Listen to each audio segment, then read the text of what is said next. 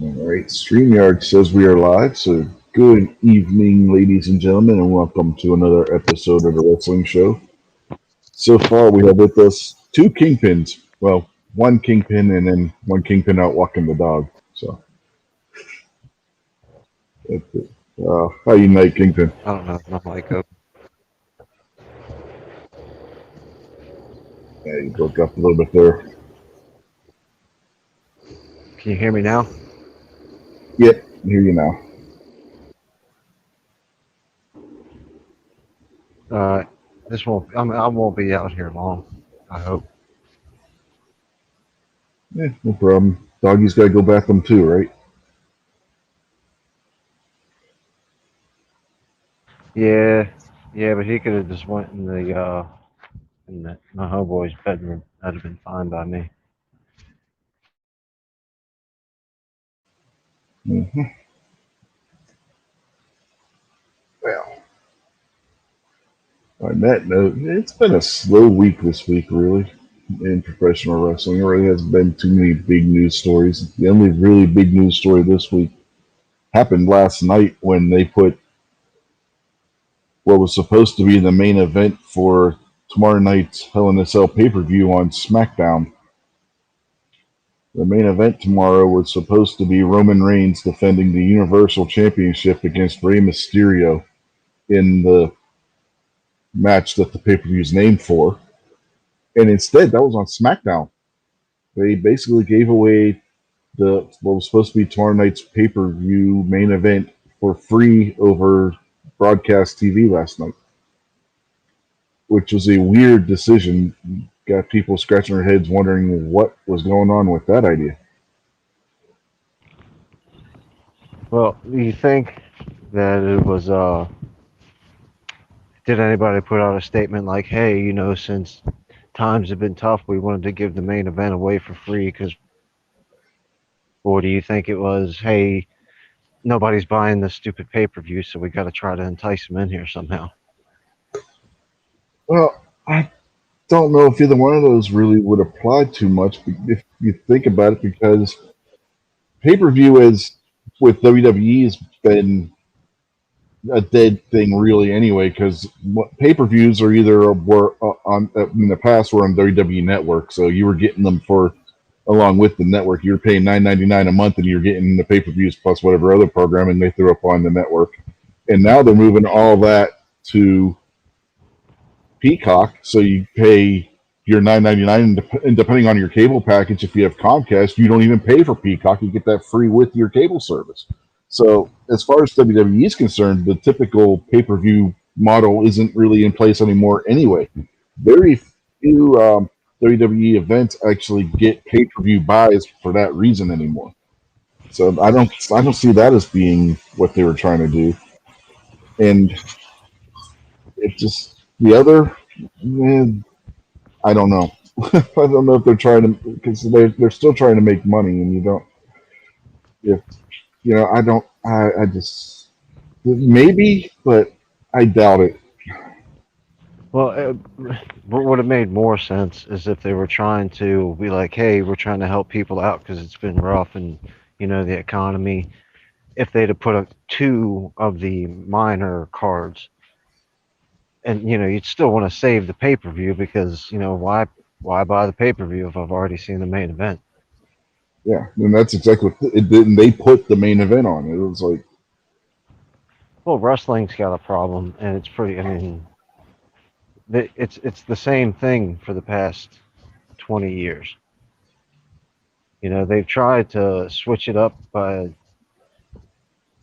adding flair and drama and this and that, but ultimately it's just. I mean, they got kind of old game going. It's like old hack. So how many pay-per-views can you really watch before you've seen the same one over and over again? well, I think that's why they were trying to do it where it was Reigns versus Mysterio, because they haven't done that yet. You know what I mean? That's like, and then they give it away. Whereas if you look on the Raw side, the Raw portion of the show, their main event is going to be um, Drew McIntyre versus Bobby Lashley again for the umpteenth time. You think it's possible they just made a mistake? Somebody in the production room pushed the wrong button, and by the time they realized it was too late. Yeah, no, because for that to have happened, the pay per view would have had to been pre recorded, but they do their pay per views live. They're not Impact. Oh, so Impact, this was yeah, live. yes, Okay, all right. yeah. SmackDown is live on Friday nights, and then then WWE's pay per views are always live, unless there was some reason not to, like when the not this year's WrestleMania, but last year's, which was right after COVID happened, first broke out, and everybody was doing the lockdowns and everything, panicking, and they pre-recorded WrestleMania. But after that, all the pay-per-views were live again. So yeah, yeah, it's a head scratcher. And not only did they put it on last night, it was the first match on SmackDown last night. So it wasn't even the final match. No, it wasn't even the main event for last night. So which one of those dudes are about to get fired? Yeah, right. That's something that's weird. Yeah. You know. The show opened. Rey Mysterio's in the ring. He calls out Roman Reigns. Roman Reigns goes out, and they decide they're going to have their match right then and there. And they drop the Hell in a Cell, and the big cage with the roof on it that they use for that pay per view, and they start going at it. It was really odd. But anyway, while we were talking about that, Jason snuck in. How are you tonight, Jason? Oh, doing good, man. Good to see you guys. I hopped in, listened to you talking. So, did WWE sell, or nothing changed? And nothing's changed. Haven't heard any word one way or the other on that. Okay, I was just curious. I heard you say something about the Peacock and the pay-per-views. I thought maybe NBC bought them. No, part of their deal with NBC that they already have in place, they're moving in the United States and Canada all the stuff that's on the WWE network to Peacock. And they're going to cease having the network in the United States, but over in Europe and South America and Asia and all that, they're still going to keep WWE Network running. I watched part of that AEW MMA cage match fight. Yeah, that was the opening. I wonder if that's why they did it. Now that you bring that up, Jason, because that was the first match on Dynamite last night. Yeah, I watched it on the YouTubers, and I didn't watch it to the end, so I really don't know who won, but it just wasn't looking very good, and the crowd was booing the whole time, and there were some air punches in there and stuff, but the crowd was just booing the whole thing of it. And I thought it was going to be interesting, It was like MMA, tie up holds and the cage and everything, but there was some bad acting involved. Yeah, at the beginning of the match, like the first round, Wardlow got one hell of a punch in on Hager and knocked him for a loop. Legitimately knocked him for a loop, which I think is part of the problem. I think that was that was like the thumbnail, right? I was like, "Ooh, gosh, I want to watch this match." They clickbaited me. So they had a pretend MMA fight as their first match. Yeah, on Dynamite last night. Yeah. Oh jeez. Yeah. And it was Jake Hager against Wardlow. And Hager won the match by knocking out Wardlow with a submission hold. He made him pass out in a choke. Oh, it was a choke out, huh? Yep. Yeah, I didn't watch all of it. Maybe I should have. Yeah, he caught him in what is his legitimate MMA from the matches that he's had in, I think it's Bellator that he's fought in MMA. But he got him in the choke and he passed out. I remember one. I don't remember which wrestlers it was, but one of them was a pretty big dude. Pretty big dude. Did he win or lose? No, the really big. Which really big guys? Because they're both big guys. You talking about the one with dark hair or the blonde guy? Dark haired dude. He was like really Yeah. big. You can tell he weighed a lot. You know what I mean? Yeah, he lost. He lost. Okay. Yeah. The He other was guy, the the blonde guy, is a he was legitimate MMA fighter. He's had a couple of MMA fights and he hasn't lost one. So I figured they probably weren't going to have Wardlow win for that reason. I mean, you don't want to take the MMA guy you have on your promotion and make him lose in what's supposed to be the MMA fight. You know what I mean? yeah. So who was the dark haired big guy? That's Wardlow. Wardlow. Wardlow. Wardlow. Okay, Yeah. yeah.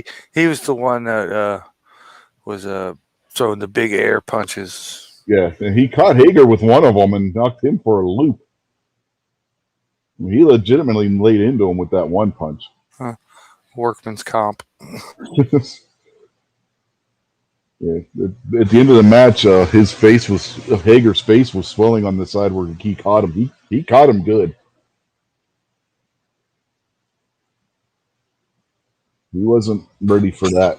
Is a MMA style cage match? Is that something they do often? No, that was the first time they've done it.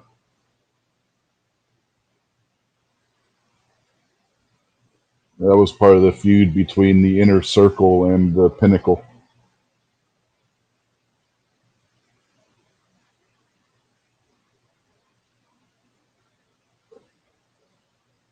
Yeah, I'm wondering if that and them doing that cage fight last night was why WWE decided to move the main event over to for SmackDown, even though the Impact Dynamite went on at 10 and SmackDown goes off at 10. So I don't know.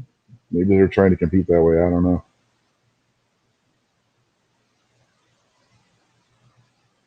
So you were getting ready to say something, Jason? Nah, not at the moment. Okay, I thought I cut you off for a second. I yield my time to the gentleman from Maryland. He's out walking his dog. He may not even hear us right now. That's why there's two of them. One's his computer and the other one's his phone. Okay, I reserve my time for the gentleman of Maryland.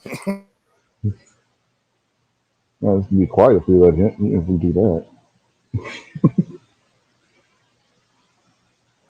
I got a dog looking at me and panting, but I opened the door. He can get out if he wants.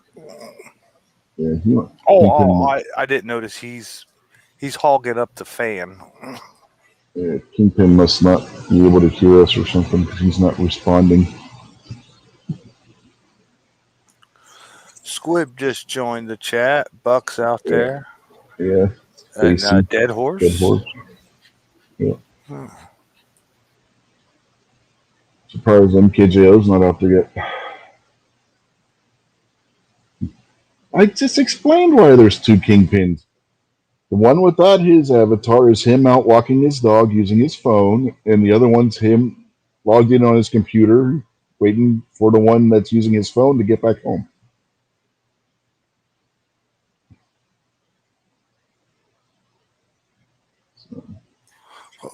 What do they call that in bowling when there's just the two pins left? A split? Yeah, it's a split. Yeah, we got a split. We got a 7-10 split. And ironically enough, they're both Kingpins, which means they're both the first pin.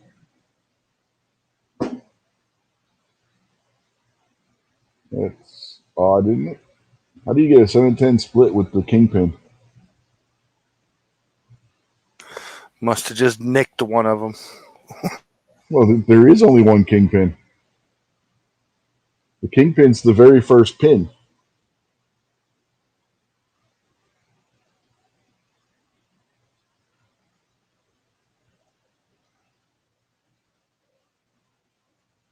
Great.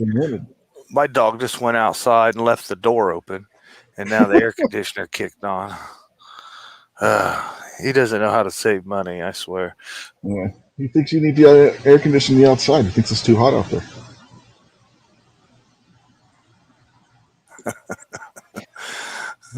I'm the one that stands in the face of danger for everybody. Proud of you, man. put our best man forward. Mm-hmm. Best or stupidest, one of the two. No, it's a tough job, man. I need my best man on it. Mm-hmm. Now we got Buck out there asking why there's two kingpins. I'm thinking he's trying to be on the silly side out there, shall we say.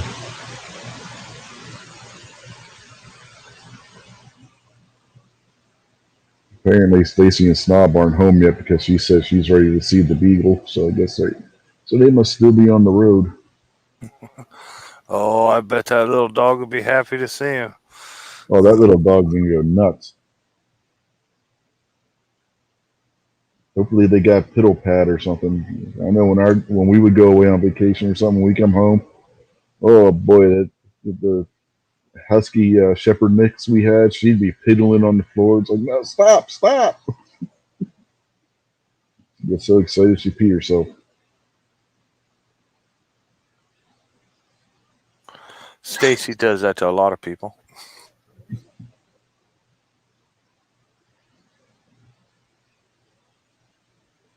Yeah, Squibby jumped in. How you night, Squib? Doing all right. Thanks for the invite.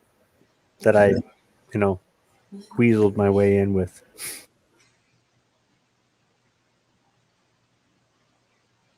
Yeah. I don't know. You just asked. I mean, it's not weaseling.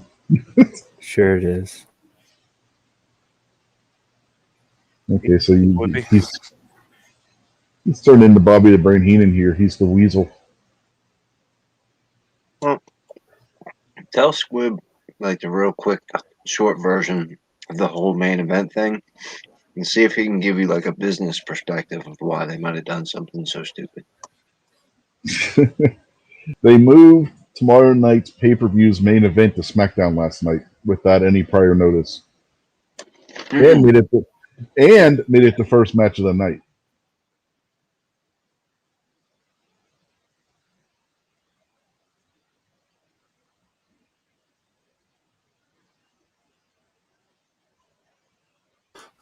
So they took the main event from the pay-per-view coming up and gave it to everybody for free last night. Yes, as the very first match. So apparently, maybe they have a big surprise main event coming. Maybe. I don't know. That's what's got people scratching their heads. People are trying to figure out what the hell they were thinking.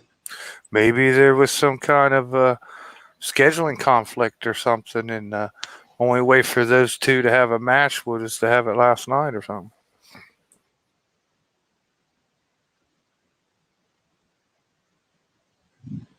That could be a possibility, but they schedule these things in advance. I mean, I don't know what.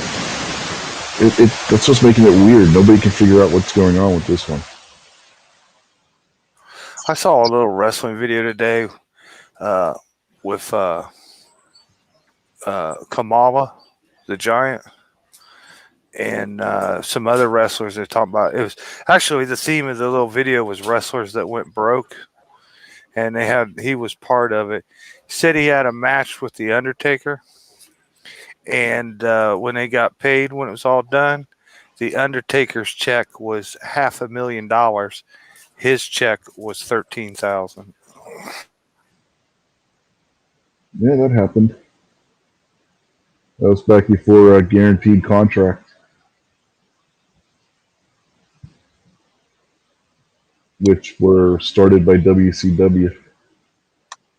Floyd Mayweather just took millions of dollars home for that little dance he did with that Logan Paul kid. Logan Paul only got like $200,000. Floyd Mayweather pocketed like $1 million when he did that thing with the Big Show a few years ago for WWE. Floyd Mayweather made over $10 million for the fight he got with Conor McGregor, and I think Conor only got like 6. If that. I don't even know if he got 6.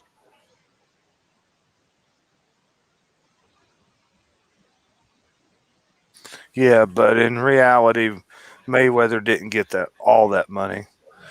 Don King and people like that, and other people got probably most of it from him. He's Not from probably just a Floyd. puppet for the richer, powerful people. Not Floyd Mayweather, dude. He owns pretty much everything that's got to do with this whole deal. Yeah. He went independent a long time ago. That's why he's got Oh, so. really? Yeah, Floyd Mayweather knows his shit, man. hmm Yeah, he's not a dumbass like some of these boxers. He made sure that he controls his career from contract negotiations up to the actual bouts themselves. So he's the champion of himself. Yeah, basically.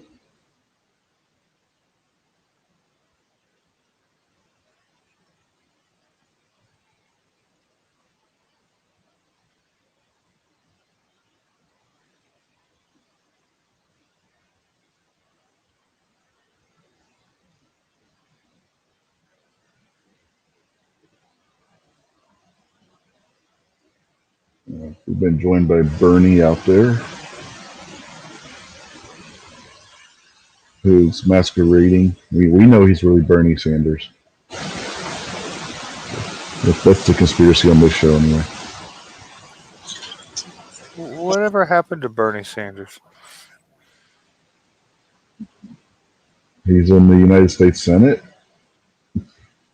Don't hear much from the old man anymore. Now Yeah. election season. Yeah, I was going to say, give it a couple years.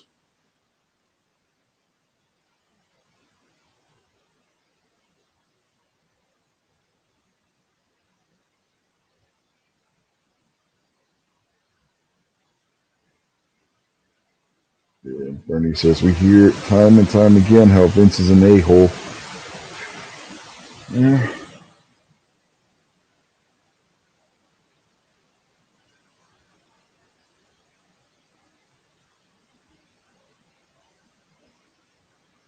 That he is.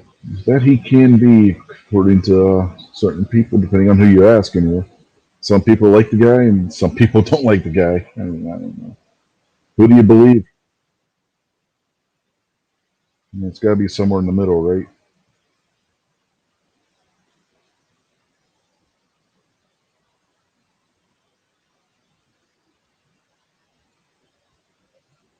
Well, he's got to be doing something right. The WWE keeps making billions of dollars every year. Bernie says he's incognito for the time until the next election when he will win, damn it.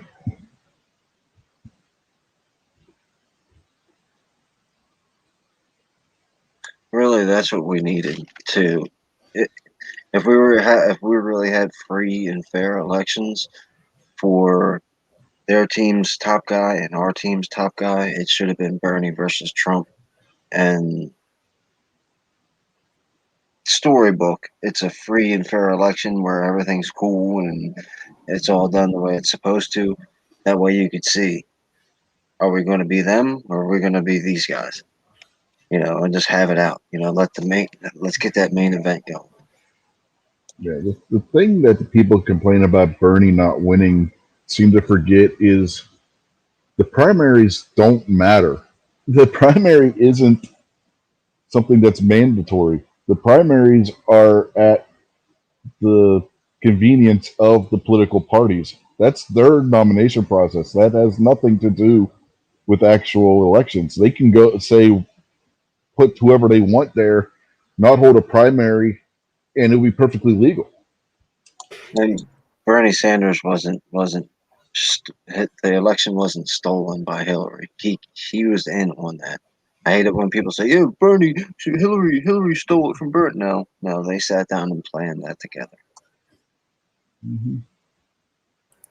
Bernie abdicated to Hillary. Yeah, and it's funny that all the smack he talked, as soon as he said, "I'm out of the race," first person he backed was Hillary Clinton. So, and now he played it a little bit smarter this time when he got out of the race, sort of when he was forced out of the race this time. He spent about a week or two not promoting Joe Biden But then as soon as that ran out, he was right on the Joe Biden train.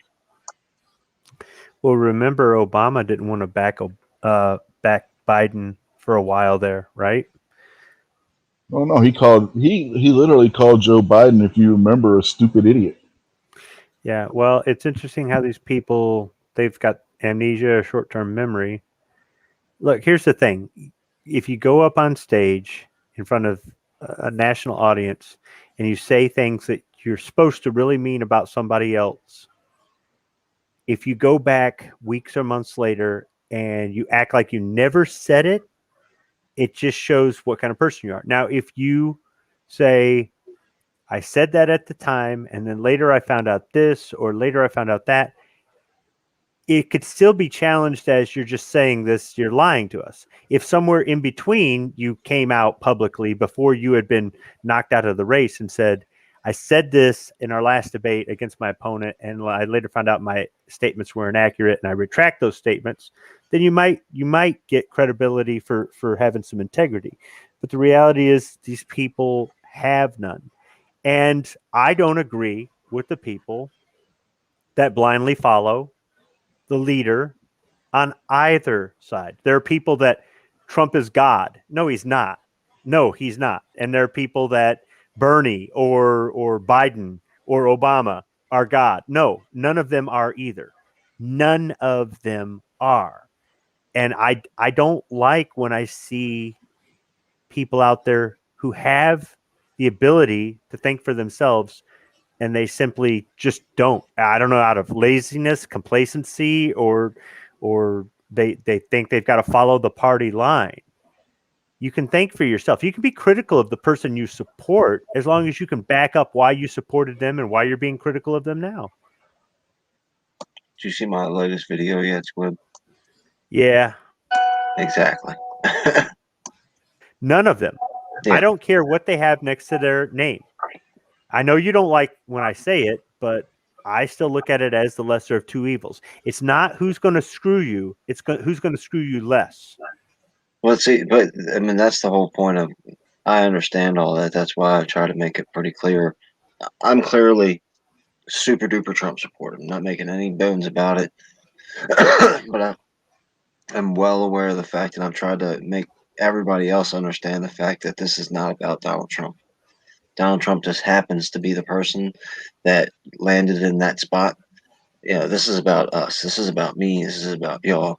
And that's why I get behind Trump so much, because of the idea of him. I don't really care about the man at all. He never made any difference to me. But I agree with Squib. I've been on all these chats and heard people scream and holler about Trump, and then I've had to correct them because, they had Trump derangement syndrome and they didn't know what they were talking about. And then when I'd say something like, "Hey, I've got a whole list of stuff over here I'd like to complain about Trump about," nobody ever wanted to talk about it. They wanted to go back to, but he said ban the pump stuff. So I mean, it's hard to get a honest conversation with people when they're all emotional. Oh yeah, the Hodge twins stepped in it recently. I don't know if you saw Yeah. Oh yeah. Yeah. I actually over the left whole a comment. Juneteenth thing. Yeah. I never leave comments. It's like they had 6,500 comments. I'm like, this is pointless, but I still left a comment. That's how strongly I felt about what they said. Which episode of the Hodge twins? The one on Juneteenth, and then they went and put a comment. You get, if you have over 1,000, you can put one of those comment things. They did that, complaining that people were against what they said about those 14 Republicans, and they're still getting shit for it. That's The comments on that. because when they made that comment on YouTube, when they posted that, they sounded twice as ignorant as they did when they made their video. What happened? Can you give me the? Okay, so here's the thing. It's like, I don't want a 2-hour long explanation. The Hodge twins were saying that the 14 Republicans who disagreed with making Juneteenth a federal holiday don't understand that they're going to get labeled as racist, and they should have shut up and followed along, because it's not going to help them at all. Do they not understand that by saying that these people were wrong for standing up for their constituents, for standing up for their convictions, for standing up for what they believe in and what they think that they were elected to do they not understand that that is the exact same basis of the conservative twins channel? Do they not understand that they just called out people, elected officials, for doing exactly what they do every time they post a video? And they said in their video, call a dumbass a dumbass. So I pointed that out to them in my comment to them that, yes, let's point out dumbass when is the dumbass. And you two right now are dumbasses. Yeah, and they totally missed the point on why they objected. It wasn't they objected to Juneteenth being made a federal holiday. They objected to Juneteenth being made a federal holiday because they're calling it Independence Day. Yes. And one of the comments that I read before I posted mine was somebody saying, I'm a black veteran and I only celebrate one Independence Day. The Independence Day that was here before they made this a federal holiday. And I'm like, that says it all. Here's somebody of color, okay, who says, fuck that shit. We're all Americans. If you want equality of opportunity, there's one Independence Day. There's not a white Independence Day and a black Independence Day. Because if they really wanted to prove a point, they should have said, I want to make a change to this bill to make this a federal holiday. I want to add on that July 4th will, for here on out, be called White Independence Day. And when they go, what the hell are you doing? No, you want to call this Black Independence Day? Let's call this. You want to be divisive? Let's just go ahead. Let's do what the Hodge twins say to do. Let's jump on board and let's play ball. Let's go ahead and do this. This holiday, this national holiday, which won't be observed by most employers, and unless it gets, they get enough pushback from their union or something. This holiday is divisive. Our leaders are not supposed to divide us. They're supposed to unite us. They don't know how to be leaders, or they do know and they just don't care. But either way, this is divisive. If they had called it by something else, if they had said this is to recognize the fact that the Emancipation Proclamation did not free the slaves. The slaves were freed after the war was officially over, and it happened on this day, and we want to recognize it. It's kind of, I looked it up. Do you know that Armed Forces Day is actually not a federal holiday? It is not a federal holiday, but Juneteenth is. Mm-hmm. And you see the problem here? You see the problem. The Emancipation Proclamation did free the slaves. No, it did not. No, it didn't. The 13th not. Amendment did, which came later. Yes. You guys got to look at the macro part of it. The Emancipation Proclamation freed the slaves. No, it didn't. Listen, shut up, dude. Let's listen to what I'm trying to say. What the Juneteenth thing is about is by the time the news of the exportation of their current slavery positioning, however you want to word it, that I don't have to say freed the slaves, got to those people, it was a lot later. There was a bunch of stuff that had already happened. I get it. And the 13th Amendment, I get all of what you're saying. But in the macro sense of things, the very beginning of it right there, which really, if you want to go even deeper, happened in the 1500s, but nobody wants to talk about that.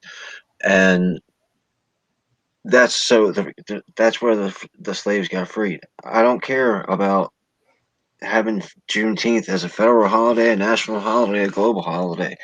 I just think this is another opportunity for truth to actually break through and make a huge difference when they could just come out and say, we know that hardly anyone knows what Juneteenth is, so we want to make this a new holiday which we can teach people about and which we can enjoy together.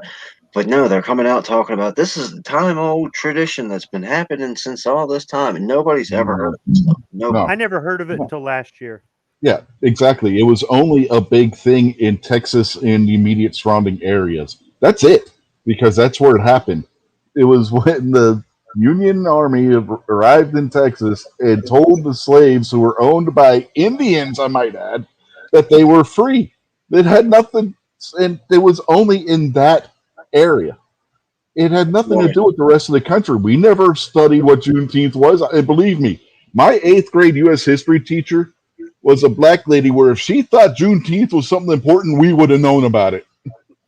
Dick Morris told had an interview, and he talked about the meetings that he was having with Bill Clinton during the Monica Lewinsky thing before the "I did not have sexual relations" woman speech. And he said the last thing he told and the most important thing he told Bill Clinton was go tell the people the truth.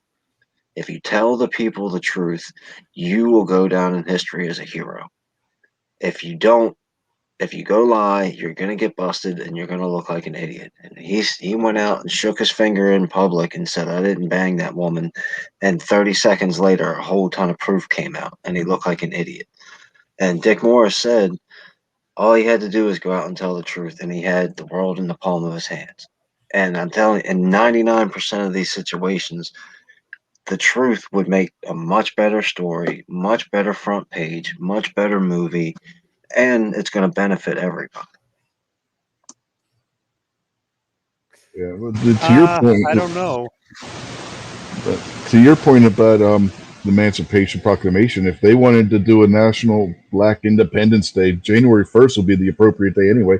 Because that, if you want to go just by the Emancipation Proclamation, that was the day that Lincoln declared it was January 1st, 1863. But they don't want to give it a New Year's Day because, can't have a federal holiday on a federal holiday, right? People believe popular history. They don't believe actual history. And people don't want to know. They want to know what they saw in a movie, what they read in a book, what they heard from somebody else that has no it was just it's bad information repeated, not passed down from generation to generation. They don't want to take the time to learn. And if they do learn, they're shocked by the truth. And then they want to be in denial because the truth isn't as pretty. The truth would mean that everything they've known for their whole life is a lie. They're not interested in that. Oh, yeah. You can. I don't know if you guys have ever watched them, but like the liberals learn the facts about guns, and they have like a focus group where they bring in 5 or 6 people who identify as liberal, and they're like, they give them a bunch of stats, and they're stats about something else, not gun related, and then they give them gun related stats that are way, way less. And the people are like, "Oh yeah, that makes a whole lot more sense." See, and then they tell them the truth, and people are like Squib said, it's like deer in the headlights. Like you just wrecked my world. And interiorly, what I'm thinking is, I hate you even more than I did before I came in here. Oh, yeah. Look at when Steven Crowder did the gun control is wrong, change my mind, or whatever it was. And he had these 2 girls show up and debate him, and they agreed to meet him on a shooting range after he gave them all the facts and stuff. By the time he got done with them on the shooting range, they were both wanting to buy a handgun or a rifle. The problem was one of them was too young to buy either, but the other one did buy one. So I mean, you can change their minds if they're open to it, but if they're not, it doesn't matter what facts you throw in front of their face. They're going to believe what they see on the nightly news anyway because they've been ingrained with it. That's why I say you don't have to go out there and hunt people down. Just be your normal self, live your normal life, and the antis or the crazies, whatever we want to call them, will eventually work their way to you, and they'll see that you're normal and regular and decent, and they'll be like, "Man, those people over there lied. They suck really bad. Now I see it." And I don't know about that. that's how it happens. That's exactly how it happens. Look at there's videos all over the place of real radical lefties going to Trump rallies and being like, "Holy crap, this is the nicest place on earth. I've never felt so comfortable here. Everybody told me all these people were hateful." So you don't have to go, just like with the new gun owners. You don't have to run out and look for it. Tap everybody on the shoulder and ask them if they're a new gun owner. That new gun owner will tap you on the shoulder and say, "Hey, can you help me?" If they care. If they care.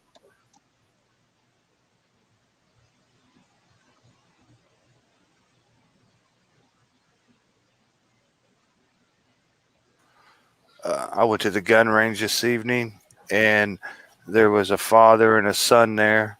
Uh, Kid had a single shot 22 rifle, a little lever action, but it opened up on the top, sort of like a breech rifle or something. So, and the dad would put in 1 shell at a time, and he was taking shots at 25 yards. They looked like they had a good time.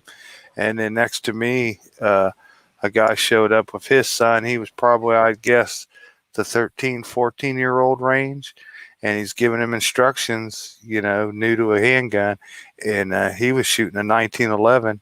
And I was completely impressed. He was shooting in, I'd say, a 10-inch circle. And it might have been his first time ever. And I was just like, that's pretty nice to see, man. 2 young kids. Yeah, it's always good when see that when you go to a range. The younger generations out there. The one father was very, very calm, very quiet with his boy on that 1911, showing him everything, showing him how to load magazines, keeping his thumb off of riding that safety when he shot, because he had a couple little misfeeds, jams on the gun, but they worked that out. And but he was all about pointing the gun. He had the jams on him, so Dad was showing him how you handle a jam and you keep it pointed away and get the magazine out of it and do what you got to do. And he was very good instructor, that father was, and that kid went right to it. He was making wonderful shots, I thought. Yeah, it sounds like my daughter, when she was learning to use my USP, she had some mishaps for the same reason. She would ride with safety, or when she would rack the slide, she would want to hold on to it when it went forward. I'd keep telling her to go to slide. She learned her lesson on that one when the slide bit her between the chamber and the slide. She got a nice little cut in her hand from that. The only thing that troubled me, and you'd be proud of me, I didn't say anything, didn't do anything, but he had what looked like a very nice higher end model of a Springfield 1911, and the ammo they were loading it up with was Tula steel cased, and it was all I could do to keep from pistol whipping them with a fine American product, but I just let them do it. They were having their jams and their misfeeds, and he was explaining, well, it could be a lot of things and all this and that, and I almost interrupted, and I said, well, it could be that ammo. It's probably that ammo. But with the ammo prices today, that might have been all they could afford. Yeah, what if he looked at you and he said, "Hey, man, this is premium stuff. I paid $50 a box for this." So here's my number. Come on over. I'll set you up with some $50 a box ammo. That was fun. Well, real quick, we've been joined out there by MKJO, so evening to you, sir. How was the trigger on that AR, Jason? I didn't take the AR with me to the range today. I only did pistol, but I cleaned it up from all the factory grease and gunk that they put on it, and I oiled it up, and I dry fired it a whole lot, and it's fucking disgusting and nasty. Does it still feel like it has a rusty nail in it? It has two segments of creep in it before it breaks, and they just feel terrible. And even if you try to make a nice full pull, one trigger pull to it, you feel both of those segments in it before it breaks. It's just bad. If it had just one, I'd live with it, try to wear it in, maybe it'd go away. But two of them I've never seen on a trigger before. It's bad. I sent Kingpin a little video on the second attempt at it. I showed it pretty good. I thought it pulls, I don't know, 1/16 of an inch, 1/18 of an inch, all gritty and nasty as hell. And there's a significant stop. It stops. Then you pull again, and it's gritty and ringy, and then it's got another spot, and it stops. And then you can pull it, and it breaks. It's just like the first pull of the trigger is my stomach just about went upset. Oh, like a 3-speed. Yeah, it's definitely. I don't know, man. May have been new employee day at the trigger group factory or something, or machine wasn't right, or they didn't put it in right, or something. yeah, it's pretty nasty, man. Yeah, that's unacceptable. If you're a company like Colt, or for as much as they charge you for their damn rifles, yeah, that's completely unacceptable.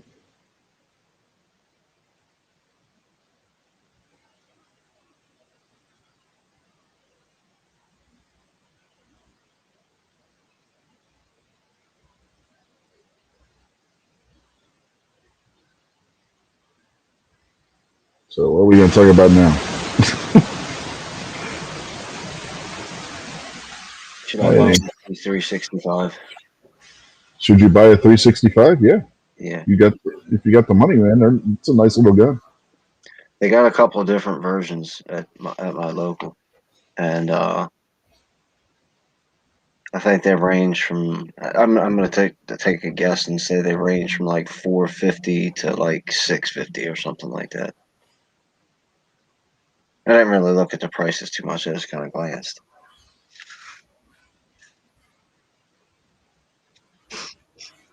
Yeah.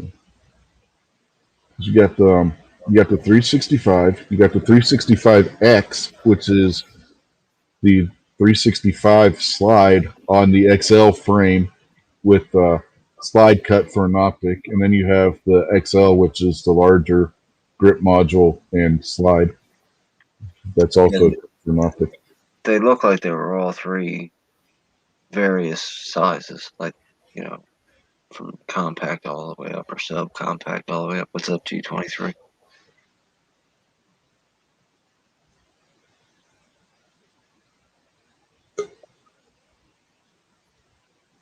Yeah, I mean, just see which one fits your hand better, because some people like the XL better than like the standard because the XL grip is a little bit bigger. Well, the fact that they've got three of them in the case. Now, of course, they could all be gone by now, or all the different varieties of not being there. But I'll just go up there and grab all three of them and find out which one I like the best. I just don't know if I should. I don't really know if I want it. I mean, I kind of want it, but I don't really know if I should just wait and get something different, or if I should. I don't know. Yeah, I'd get one. I have one, so I'm not going to tell you not to get one. Buck would probably tell you to go ahead and get one. He has one. What up, Buck? Snob and Gary would probably tell you to grab them because they each have one. Hey, who's got a? I believe it'd be a Smith and Wesson Shield 9mm. Holds like 8 rounds. Me and Kingpin both have the 40. Oh, you don't have the 9mm? No. Rob's got the 9. I found a magazine somebody left at the gun range today. I think that's what it is. It's a Smith and Wesson M&P magazine, 8-shot, single stack, and pretty short magazine. Huh? Is it bare steel? Yeah, it's like silver steel with a black M&P bottom plate on. Yeah, like this one. Yep. Yeah, that's the same one. Yeah, that's the Shield. I mean, it says 40 Smith and Wesson right on the thing. Yeah, ours is 40 Smith and Wesson, but it's the same. So it's the same style magazine. This one has like a gray follower on top, and the follower on top says 9mm. Yeah, and it's got Smith and Wesson emblem on the side of the magazine. I think Rob's carry gun's a 9. Yeah, G23 just said that Rob's got the M&P at 9. I guess I probably should have left it, but does he have the Shield? Nobody showed up for a couple hours, so I just took it home. Yeah, does Rob have the Shield or just the full size? I think he's got the Shield. I think he's got the 2.0. Oh, he actually got a 2.0? I'm not sure. I'm not 100% sure. I'm gonna check and see if he's got it on his page.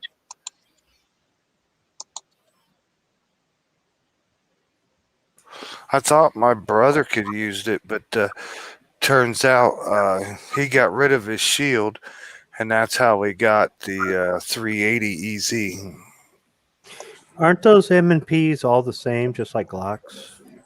No. Yeah, I know this M&P Shield's a pretty small pistol.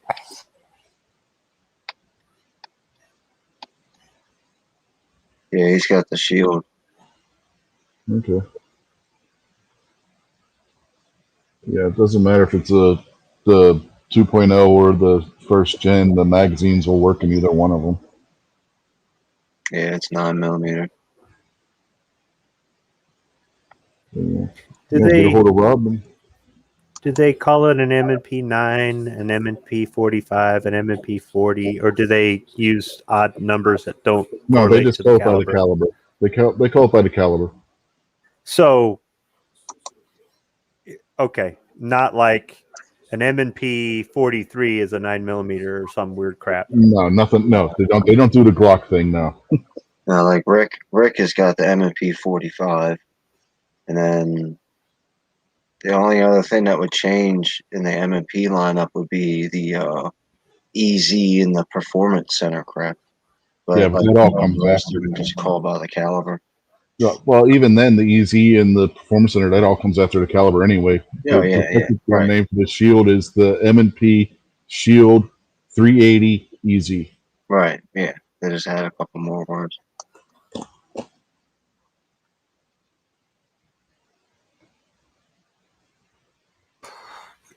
You know, Colt 45 just is so much simpler. Sums it all up. Well, no, because there's two different Colt 45s. You either got the Peacemaker, or you got a 1911 or 1911 A1. You know, there's different Colt 45s too. As I grew up, it was a 45. And you just assumed it was a Colt. Yeah, but which one? 45. Which one? 1911. Like I said, there's at least three different ones. There's probably more. You stop and think about it, because you got the double action ones too.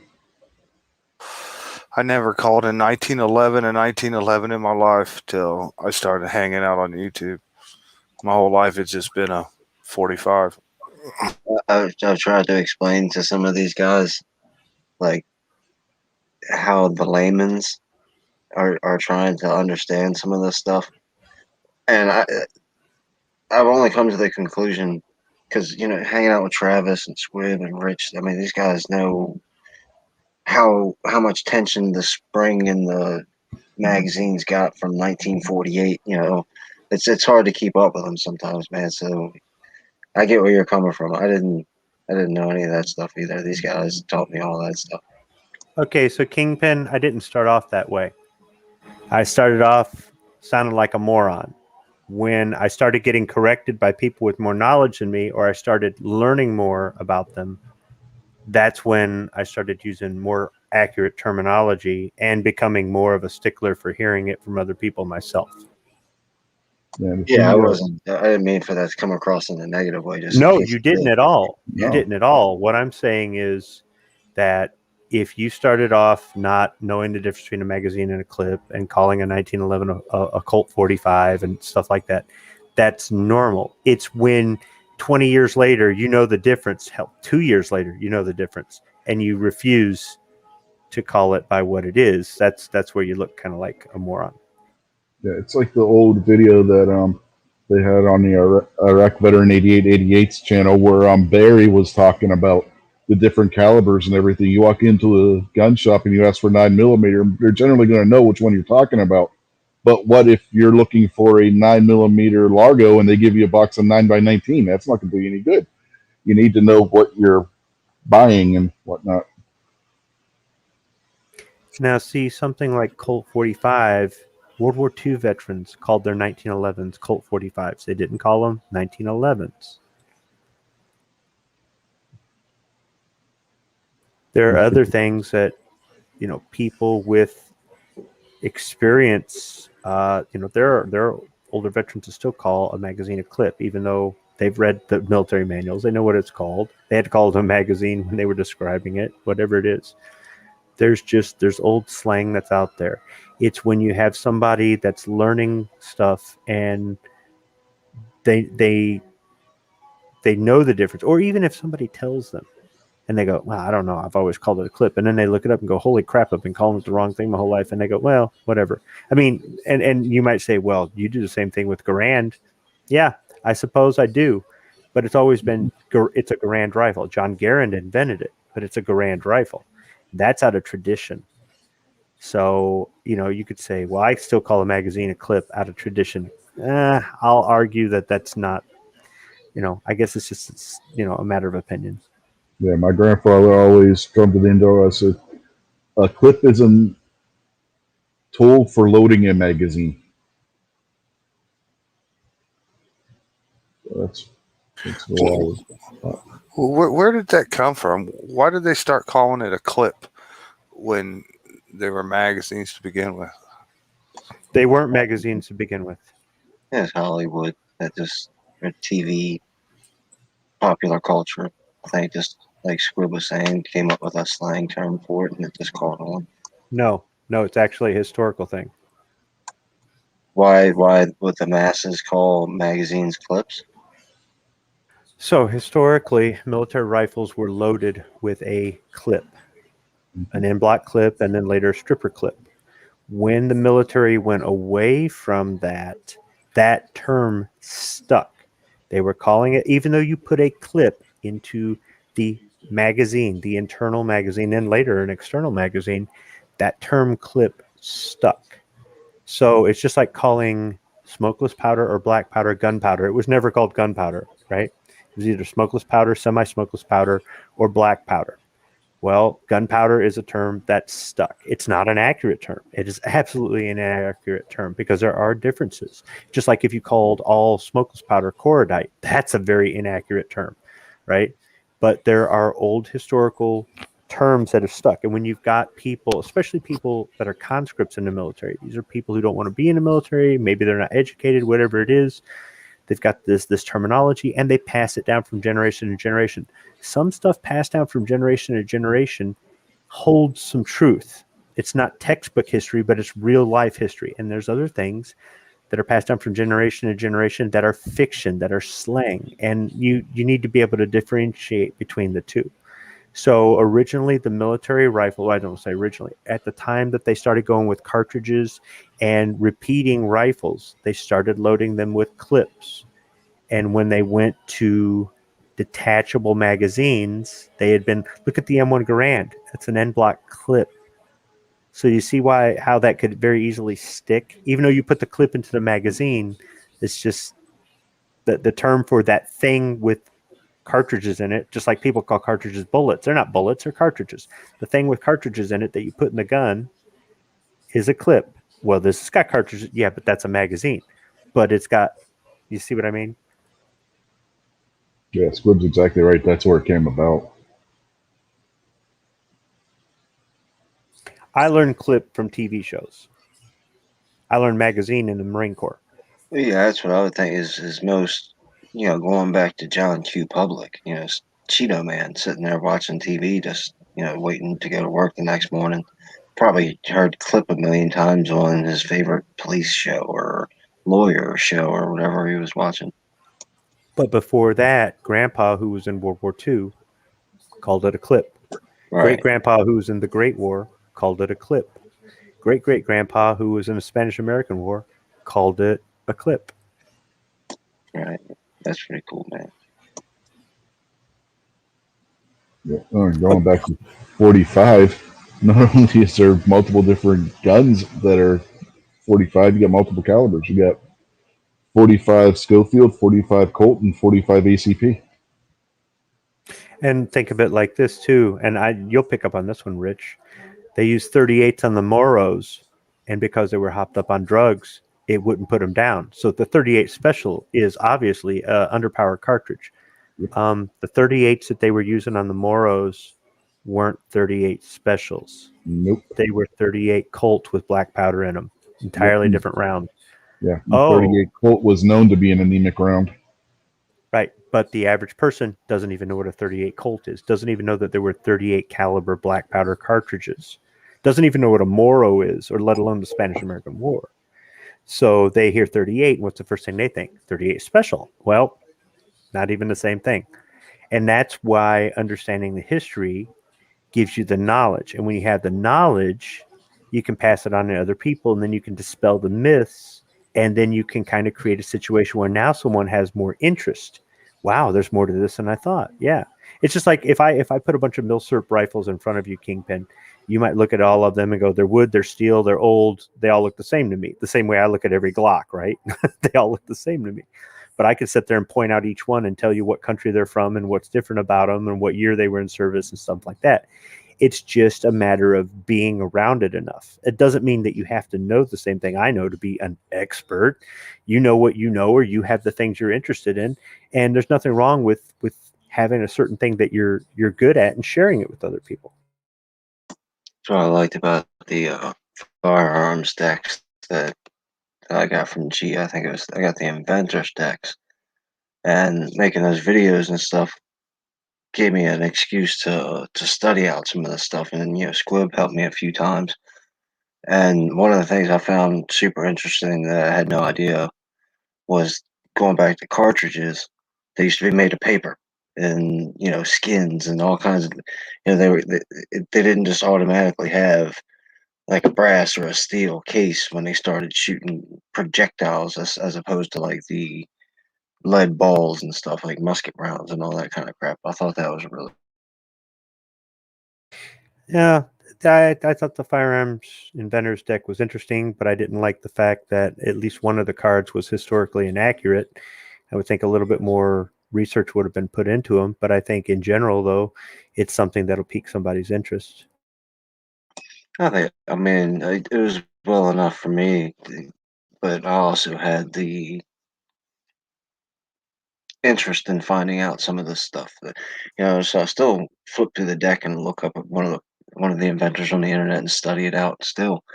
But that's because, like I said before, I tapped on the shoulder because I wanted to know, so I went and looked for it. But if most people, I guess, just grab a deck and throw it in the corner.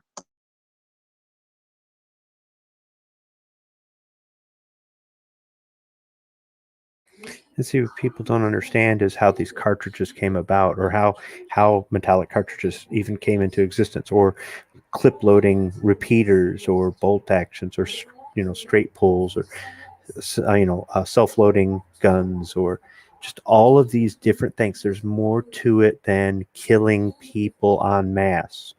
There's politics, there's history, there's tradition, there's so many different things. And if you start studying how this one rifle came about, if you go back far enough and past it far enough, you have to learn politics and culture and everything else, because there's a lot more to guns, especially military guns, but guns in general, than what the average person looking at it goes, it's just a tool for killing. And it's like, well, there's more to it than that. This thing wouldn't have existed if this historical event hadn't happened, if this law hadn't passed, if this person hadn't been born, if there's you could go down a lot of different paths with all of the things that were invented. It's just like when we were in school, we learned that Eli Whitney Jr. invented interchangeable parts, and that's how they were able to make mass-produce guns for military and whatnot. But recently I was doing some study and come to find out that there's a couple different Eli Whitneys, and the one who made the cotton gin isn't the guy who was the gunsmith. And the interchangeable parts wasn't exactly his idea. It existed before then, but it's like Henry and the lever action rifle. The lever action rifle existed before Benjamin Tyler Henry. It's just his iteration of it was the most popular. So Eli Whitney's iteration of interchangeable parts was the most popular. So it's not necessarily who come up with the idea first, it's who made it successful, or whose name was attached to it when it became mainstream. And that's why people believe things like Oliver Winchester was a firearms inventor when he never invented one gun in his life. Yeah, that was something we talked about when we did our Wild West Guns primer thing, over a year ago, was about how Oliver Winchester was just the money guy. He wasn't the idea guy. Tyler Henry was the idea guy, along with, if you want to even think about it this way, Smith & Wesson, because the Henry was based on the Smith & Wesson Volcanic. Actually, the Volcanic came from something before then. Benjamin Tyler Henry was the third guy in line. And I guess third time's a charm, right? So by the time it got to him, he made enough changes to it that they could actually mass produce this thing, that it was reliable and whatnot. And even then, after he got pissed off and left the company over irreconcilable differences, a guy by the name of King took over, and that's why they called it Kingsgate, because he added his little thing to it, and so on and so on and so on. And then And- along came John Moses Browning and added his little touches Yep. to it. I mean, Yep. that's the history of the Winchester rifle, from Smith and Wesson to Winchester, and then, like you said, the thing that came before the Smith and Wesson. You got to go back piece by piece by piece, and you can trace back lineage on firearms, a particular firearm, generations. Somebody will come up with an idea. They'll try to market it. They'll fail. They're desperate for money. They'll sell it to somebody. That person puts some more money into it. They try to market it. They have more success, but they still fail. They're desperate for money to pay their bills. They sell it to somebody else, and so on and so on and so on. And that's how we've ended up with some of the guns we've ended up with. Other guns are blatant copies of previous guns, and some of it gets disputed in court, and there's a settlement, and somebody gets royalties, and sometimes somebody gets screwed. And that's why there's so many similarities. That's why when you take apart a handgun or a rifle or something, there's some things that are different, but there's some things that are the same. You look at a lot of the military rifles used in World War I and World War II, a lot of them are based off the Mauser. And some of them, like America had to pay royalties to Mauser because we copied them. But not everybody had that sort of thing. So if you have some general knowledge about some of this stuff, it can pass over to something else that you're exposed to, but be careful. Just because you see this and you think it's the same thing, it may not be. That's where all that history comes into play. It can be really confusing to somebody new. Yeah, you talk to the average person on the street, they think the Glock company innovated everything when they put the Glock together. They took parts from multiple different guns that existed long before Glock did. Glock wasn't the first one to do a polymer frame gun. Glock wasn't the first ones to do a striker fired gun, handgun. They just combined what other people, Gaston Glock took other people's ideas, put it together in his own frame, and called it the Glock. Is there any innovation left in the firearm? I'm not talking about the artillery or missiles, and I'm talking about the one person can carry whatever size caliber rifle you got or handgun. Is there any revolutionary thing that could be done, or is this it? Like, are we at the best? That's what I was just thinking, man. Good question. And obviously, you could say, well, you can make the trigger smoother. You can make the slide. I mean, I'm talking about like innovation, not Yeah, a major proper grease here.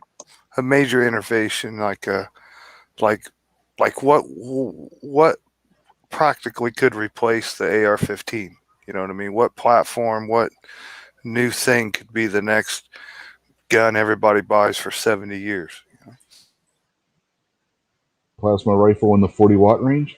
Yeah, I'm kind of thinking that you're talking about the next iteration is the phaser or nothing. No, not necessarily. I mean, I'm just saying there's really no.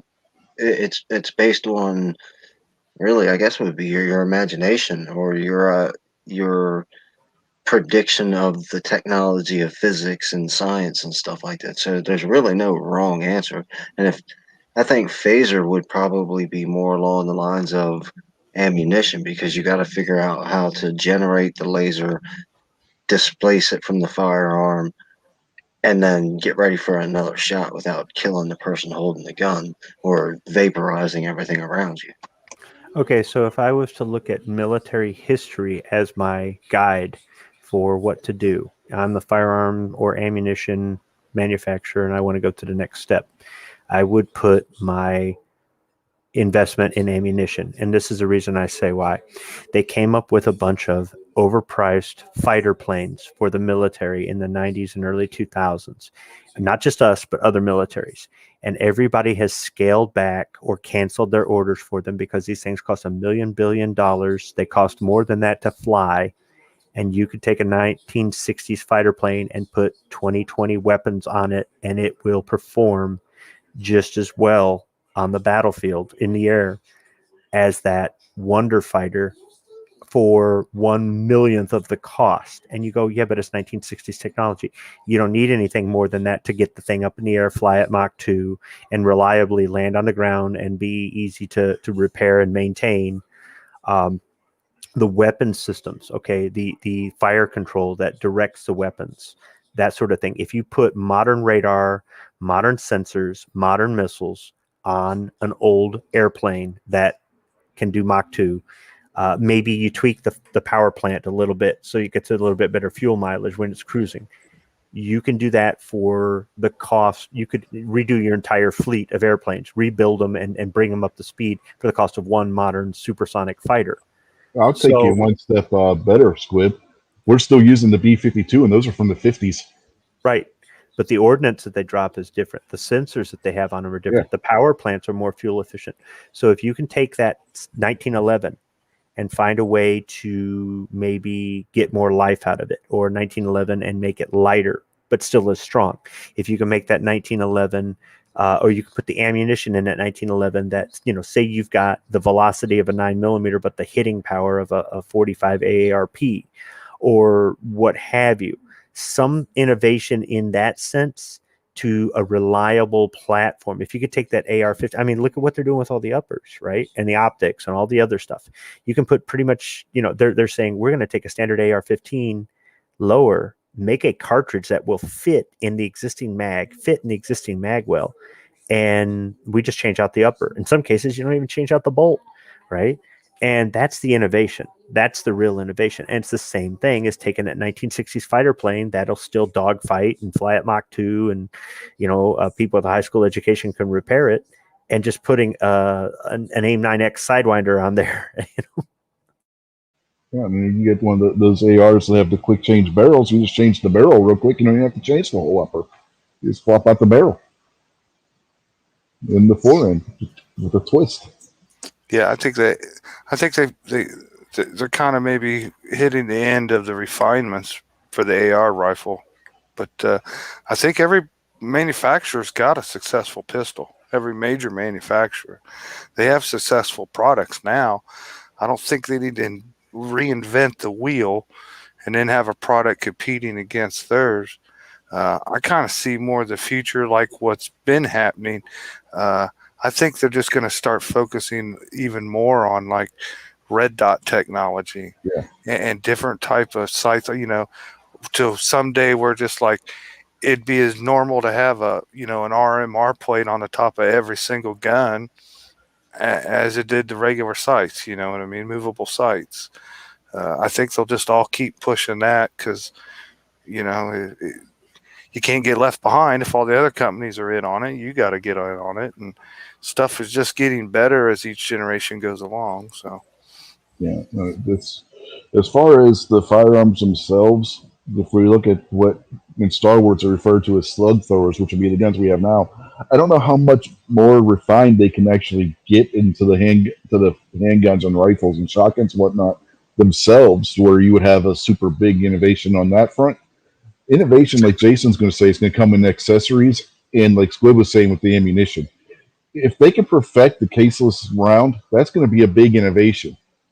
They've been working on it. Nobody's been able to perfect it yet, but if they can perfect that, that's going to lower the cost of ammunition because you're not going to have to pay for the excess at least to produce it, because you're not going to have to worry about having a case that the round sits in, and that's going to be a big innovation that could happen if they ever perfect it. I mean, they've been working on it for decades and they still haven't gotten one that's reliable. But if they can ever make that reliable, that'll be a big deal in the firearms industry. That's kind of what I'm talking about. That's one of the like bells and whistles that I was looking for, like one of the really major ideas, because in order to do a caseless projectile, you have to build an all-new gun. You have to build an all-new magazine. All the stuff that you have before that is not compatible. So that's... No, it's compatible. No, you don't need to make an all-new gun. No, you don't. No. The test platforms that they have will fire cased and caseless ammo that they've been using with these things. Right, but I'm talking about on the normal person's level for every day. When you go out and buy the new squib load and 9mm, and it's caseless round, you're not going to be able to grab your SIG off the shelf and load a caseless round in that Yeah, you will. magazine and put it Yeah. in your Yes, SIG yes. and Yes, fire. yes, you will. Yeah. Yeah, it How? will work in that handgun. I didn't say in that handgun. I said in any of your other handguns. Yeah, it'll work in any 9mm handgun. That's the point. That's what they are doing. Yes, that's the whole point behind it. So if you handed me a caseless round right now, and I stuffed it in any one of my 9mm here, and a normal magazine, and then put it in the gun, you're telling me it's going to feed. Yes. Yes. Yeah.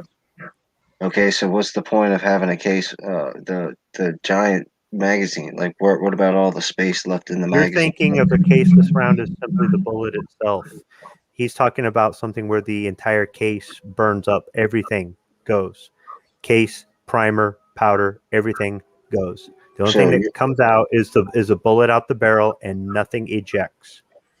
Or if Or something it's does basically, just eject, it'll be still the gonna. same the size. It'll be the same size. case.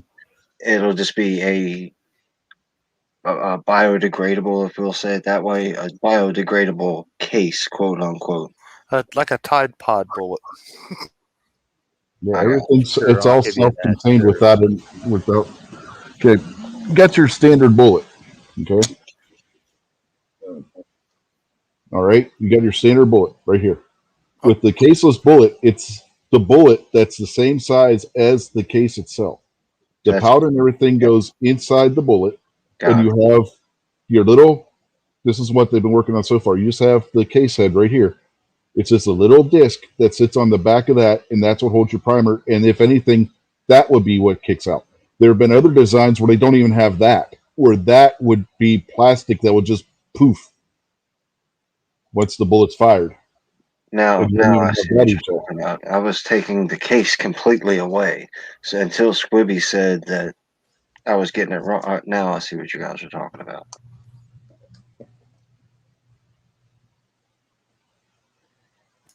Yeah, they're I don't trying to mix completely up. understand the technology myself, but I know it's been around for a while. They've been experimenting with it. The reason it doesn't exist is they haven't been able to find a way to do it practically, inexpensively, etc., etc. But it's got to be a drop in technology, like putting your modern missile on your old fighter plane. It's got to be something that will adapt or drop in. If they've got to make an entirely new mag, an entirely new gun, it'll never sell. I mean, on a limited basis, sure, the military will adopt it, but civilians, they'll be slow to adopt it because of the cost or what have you. And honestly, if you have two competitors, one that says not only do you have to buy our new ammo, but you have to buy our new mag and our new gun, and the other one says you can keep using your existing gun with our ammo, who do you think is going to get the government contract?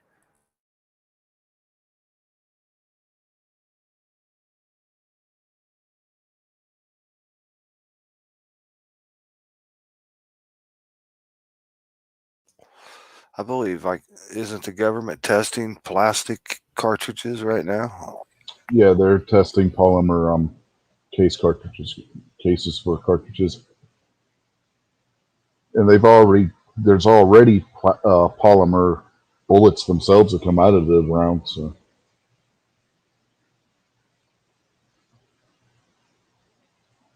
yeah, with those, the only thing that would still be metal would be the primer.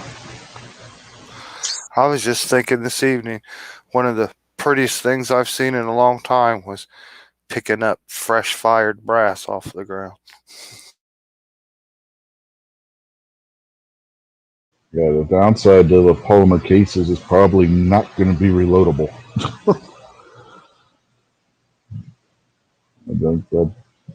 And maybe by the time they perfect it, polymers will be strong enough. I just don't see polymer being strong enough to where the pressures and everything, it's going to be reloadable. That's going to bend that polymer case out of shape a lot.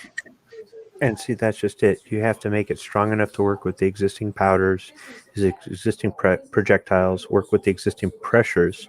But the other thing is you've got to make it work in existing environments. If right now you can use standard ball ammo in the Arctic or in the desert, then your new ammo has to work in the Arctic or the desert. If you go, well, you need this one when you're in cold environments. You need this one when you're in warm environments. You need this.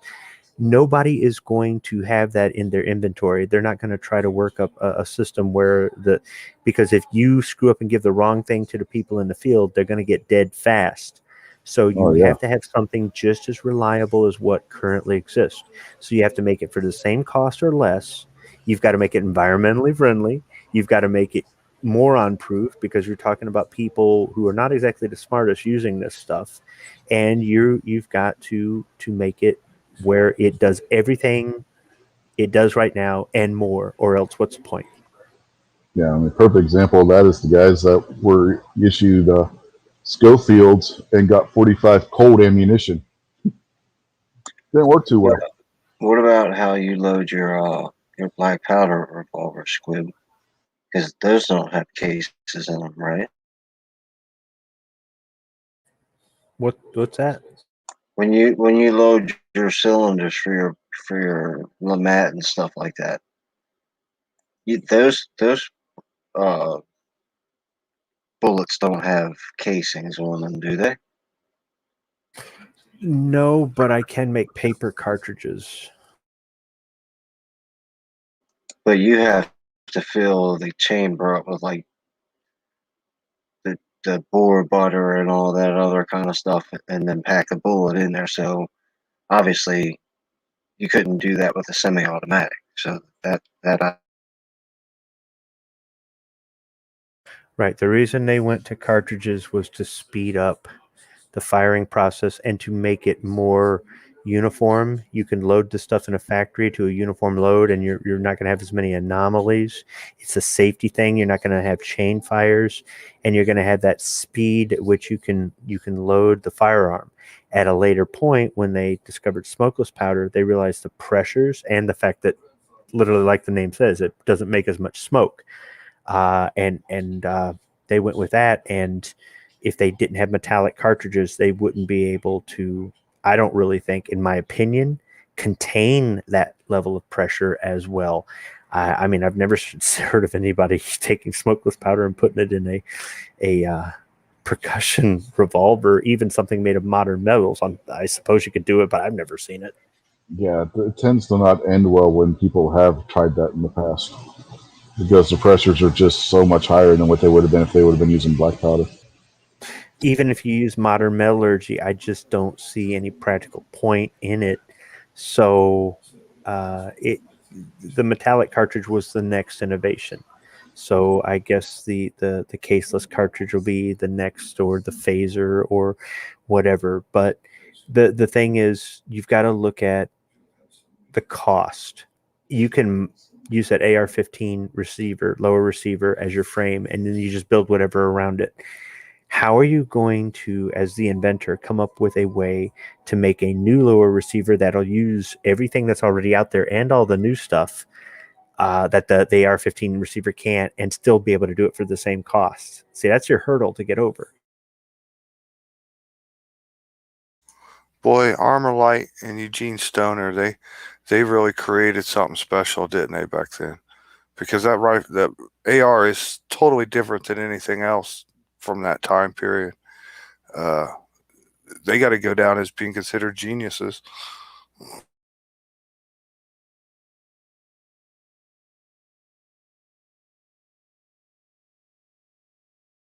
At the time that they created it, I don't think they were thinking this far ahead. I don't think they were going, man, we're going to hit the civilian market, and we're going to, it just worked out that way.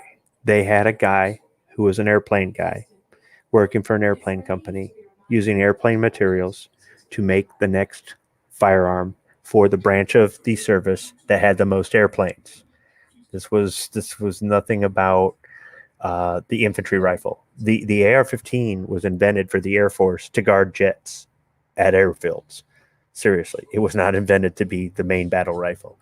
The AR-15 used existing aircraft manufacturing technology, and Eugene Stoner is a Marine Corps aviation ordnance technician, just like me. So that's where all that came from. They weren't thinking about all this innovation and let's make it 300 blackout and 6.8 all this other garbage.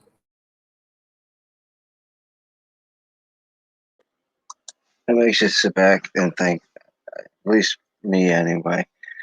You come up with the AR-15, and you come up with the bolt and the pin and the barrel and this and the twist and all that other kind of different stuff.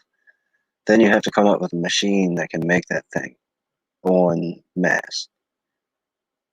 Yeah, just all the different stuff that goes involved in anything getting made is pretty cool. That's why I like the Squib Load channel, the Squib Lift channel, where you used to show the factory and how you do stuff, man. Is you got your Ford emblem and you're like, oh, that's cool. I like that. That's neat. And then you never think about. I mean, you might think about, well, I wonder how they did that, but you never think of how they make the machine that put the blue in there, and then how they make the machine that told the machine that now it's time to put black in there. All the innovation that goes into making stuff is just Yeah, actually, I'm editing a video for that channel right now. How 3 D cell batteries can disable the entire machine. I mean, hey, you need somebody to help you disable some of them machines, man. I'll come up there and we'll destroy. Our operators do fine on their own. Take it easy, guys. Ford's having enough trouble right now as it is. Yeah, I worked. but Go ahead, Squirrel. I'm sorry. no, you go ahead. I worked at a mass production bakery, and so we had all kinds of various different machines and different people operating machines. And it's amazing any of us ever left that building. Were you talking about they've got a recall campaign going or 2 recall campaigns going right now? Oh, on Ford? Yeah. The trucks? Yeah, they got several the, now. Now the truck drive and then shaft's the falling transit. out. Well, I heard Oh yeah, that, from what I've heard in the last week, they got caught on the transit vans skimming the import tariff on it. yeah, that was it. Then the steering gears are breaking, and your steering's locking up. And these are all just 2021 trucks, not 2020s or 2019, just the 2021 trucks. The steering gears are breaking, and that's the most dangerous thing I ever heard in my life. You have no more steering. It's not like the power steering pump or something went out and it's hard to steer. It's locked up. You have no steering when it breaks. So it's unsafe to drive one if you have one right now. And now I just saw the video today. Another one has come out. The fucking drive shafts are falling out of them. So I heard somebody say that Ford decided to buy the semiconductors they needed from a company in Japan instead of a company in Taiwan, and that factory in Japan burned to the ground. Yeah. It's a whole different chip. It wasn't that they was finding a new source for what they couldn't get. This is another chip used somewhere else in the car that they've been using for a while. Yeah, and that factory burnt down. Yeah, they were gonna basically jury rig it to where the one processor that they used from a different company would take the place of the one that they couldn't get from that they needed. And I don't know how that would have worked, but they're not gonna have to find out because that factory burnt down. Here's the sad catch. The new problems with the Ford trucks, they're American made. They were produced and made here in America. They weren't Mexican, overseas, or any of that. They were American plants with American workers. They make the F-150s in Kentucky. But if you go to those Mexican plants, you don't see any people with blue hair and rings all in there. So when I bought my 2004 Ram, I called down to St. Louis and I said, hey man, this thing's been on order for weeks. Any way you can tell me where it's at? They said, you got the VIN number? I said, actually, I do. And they ran it through the computer and he says, yeah, it's on a train right now coming up from Mexico. I said, come again? He goes, yeah. He says, yours wasn't made in St. Louis. It was made down in Saltillo. And I said, why in the hell would they make it in Mexico when you guys are halfway between Detroit and Mexico? And he said, trust me, dude, you want the ones made down in Mexico. I go, but they're not American made. He goes, almost every single part in that truck was made in America, put on a train, shipped down to Mexico, assembled by Mexican workers, and then shipped back across the border into the United States. And this is a guy working at their St. Louis plant. And I'm going, you're kidding me. He goes, nope. I go, how do you make any money doing that? He goes, beats the shit out of me, but they do. So, because Chrysler had 3 factories making the Ram pickup trucks in St. Louis and Saltillo were making the quad cabs, and they were making the single cabs up here in Warren, Michigan, outside of Detroit. And I thought for sure that they would make it at the factory geographically closest to me. Nope, not at all. I'm not saying anything about foreign labor, foreign manufacturing. There are some foreign things that I like that you can't get here, or there's something different about it. Overall, my experience in manufacturing is that a lot of the foreign stuff is garbage, but it's not to say there isn't, that all foreign stuff is garbage. But American made stuff typically has a higher level of quality control built into it. But it's not unheard of for there to be issues. I don't know if the problems Ford has are coming from the suppliers, like the Takata airbags. You know, all the companies that were buying airbags from Takata had no idea that Takata screwed them up. So I don't know if these parts issues are from a contractor making parts, or if these are Ford parts directly. They should have been caught during testing, or they were caught in testing after the thing went into production. That happens too, because you continue testing these car parts after you go into production. Having worked in research and development, I mean, that's an ongoing thing, and you fix problems. If you have a manufacturing issue, then you fix it while the thing's under production. If you have a quality issue, you fix it. I've had situations where the company was going to the factory, and here's all these vehicles parked out in the back, and they're literally ripping parts out of the vehicle, bolting new parts in, and off they go. And they're just sitting there waiting to go on to what they call an auto rack. Those are double-decker cars that that are hauled around on trains, until the supplier comes in and literally puts a better part in the vehicle. So it's kind of interesting how these things are built. But yeah, just because it's American made doesn't mean that it's perfect. But I will say your odds are better with an American made product. Maybe I have a bias, but I didn't come from a manufacturing background. I didn't used to live up here in this sort of environment. It wasn't until I started working in it that I really started to appreciate it. I looked, maybe it was this morning, maybe it was yesterday, I forget it. I took a little interest in checking out those new Ford Mavericks that they're talking about. Have you seen those? So I went on the Ford website and clicked on a few options, and cheap, but I don't know how well built they are, but they look pretty good, but they're cheap. Like they start at 20 grand for a brand new one. And I optioned one out with 4-wheel drive and a tow package and the XLT model, and it was $24,000. It's a car. They call it a truck, but it's a car. That's why it's $24,000. Yeah, it's made like those Honda Ridgelines and stuff like that. What was I'm that not saying truck? it's a bad. Modern day El Camino or something, I guess you'd call it. What was that truck Travis looked up? Squid. He was looking at a Maverick. The Mavericks. And I talked to him about it later, and I said, look, dude, doing a comparison as far as capability between a Maverick and a Colorado is apples to oranges. But doing a comparison for what you want a vehicle to do and what price range you're looking at is not an apples to oranges comparison, because the Colorado costs so much more than the Maverick. But the Colorado is a real truck, whereas a Maverick is a car with truck stuff on it. Yeah, what Travis is looking to do with the vehicle, he can get away with a Maverick. For what I do with the vehicle, Maverick wouldn't work for me at all. I think a Maverick worked for me. I compared it up to the new Ford Ranger is $43,000. It's almost $20,000 difference. And I got a little Ranger right now, and I got an Acura MDX thing, but I haven't even drove it yet. But that little Ford Ranger would work for what I'm doing, a 4-wheel drive one. But you're right, it's not a true truck. It's built off a car platform, but it had some pretty neat stuff about it for what little money it costs. Is that using the same base frame as like the EcoSport? It's using, I forget what they showed the model, like maybe the Ford Escape, maybe something along those lines.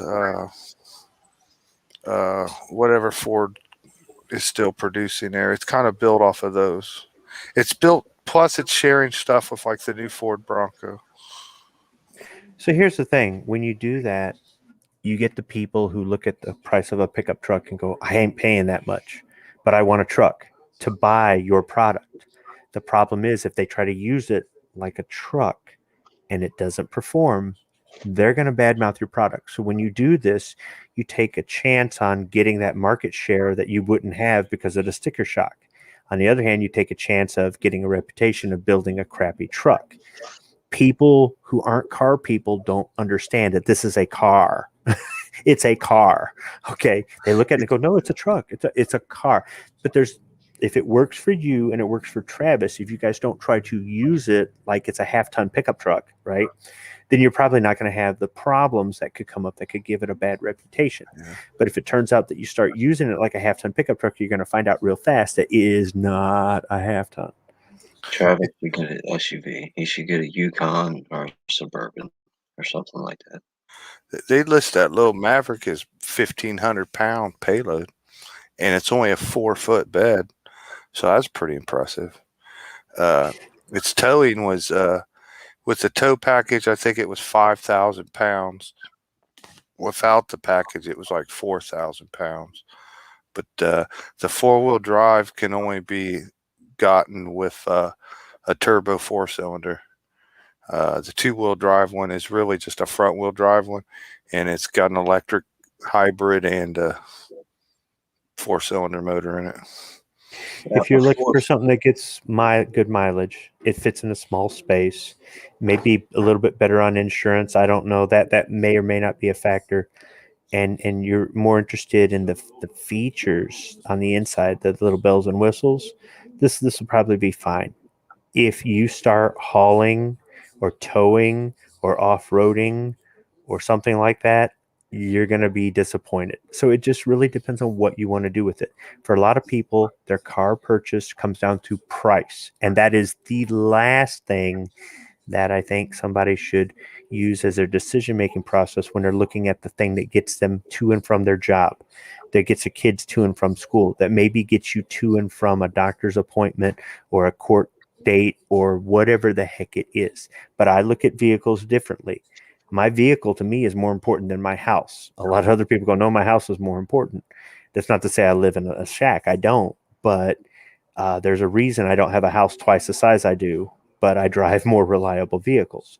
Everybody's different in what their criteria is. But a lot of people look at those price tags and they go, that is way too much money. And it's like, no, that's kind of what they cost. You just haven't bought a car in a while, or you haven't bought a new car in a while, or you've never bought a new car. There are lots of people I know that have never owned a new car in their life and they never will. And that's a personal choice. But I got to tell you that there's nothing like the reliability on a new car.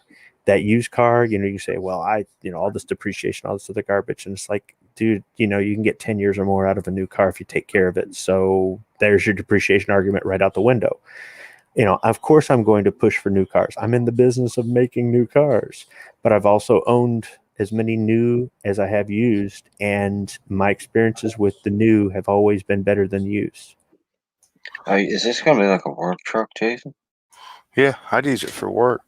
The way I kind of look at it, around here, even a few-year-old used truck, man, you'd be lucky to find something under $20,000. Even with a $15,000 truck around here, it's got 150, 160,000 miles on it, just begging for a $5,000 transmission to go bad in it a month after you buy it. So they got these little trucks they're showing. It's got plenty of room for what I need, but 40 miles to the gallon for $20,000, and for the mileage I run in it would pretty much just pay for itself. It almost seriously close to being a free vehicle. It would pay for itself. you're gonna have to help me. Here's where I'm getting stuck with. You're a carpenter, right? Trim guy. Yeah. Okay, so you got a chop saw, you got a nail gun, an air compressor, Uh-huh. And tool uh, bag. tool bag. All that's gonna fit in a 4-foot bed. Yep. I bet it would. And I've used I used to use a Jeep Cherokee for years. I have Um, I one. just pi- I just picked up a little Acura MDX, fold the seat down in the back, plenty of room. I don't need a whole huge amount of room. Hey, I mean, Not if you really. think you put all your tools in it, man, hey, screw it, go Yeah. buy. Especially because I'm sure somebody like, the truck cap companies will come out with a cap or something for it. I'm sure. You A know, 4-foot yeah. bed, you buy a tarp, man. The I couldn't remember if this one has it or not, but I work with two different people that use the Honda Ridgeline, and it works out great for them. And there's like a trunk in the floor of the bed in the back, door, and it's waterproof and everything. And they can open up that lid, and it's just like a nice open toolbox down in there. Hold your circular saws, man, all your cordless drills, tools, extension cords, all that fits down in there, and the lid shuts on it, and then you still have the whole bed of the truck. So I don't know if that Ford has that or not, but if it did, that would be sweet. Sounds like you're buying a truck car. It's also got a thing, since you don't get, if you get 4x4, you don't get the hybrid. So like the regular one, a lot of that electric stuff was underneath the back seat. If you don't get that one, they showed it, the seat lifts up and there's all kinds of storage underneath the back seat of the thing.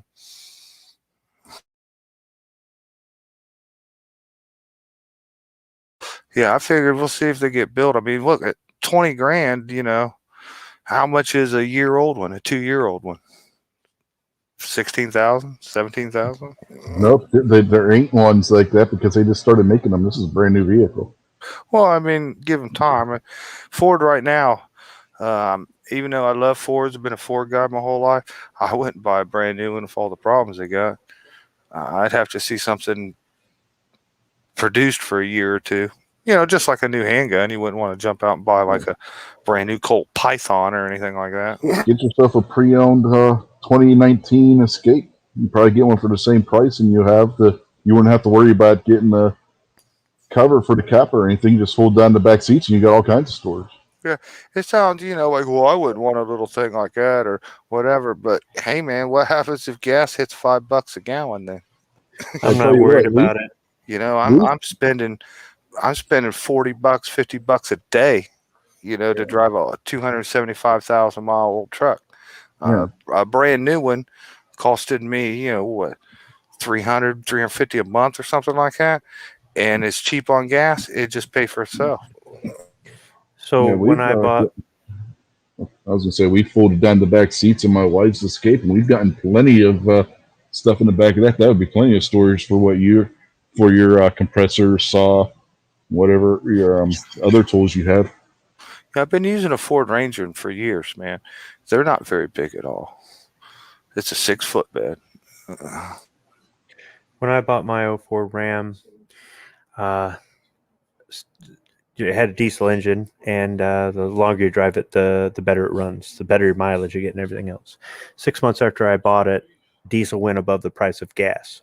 For all my life, diesel was always cheaper than gas, and 6 months, and I'm going, man, who's laughing now? I'm really, wow, But the truck weighs 8,000 pounds and gets 19 miles per gallon, right? Whether it's towing something or whether it's not, it doesn't matter. You can load the thing down and it just keeps going and it doesn't change anything.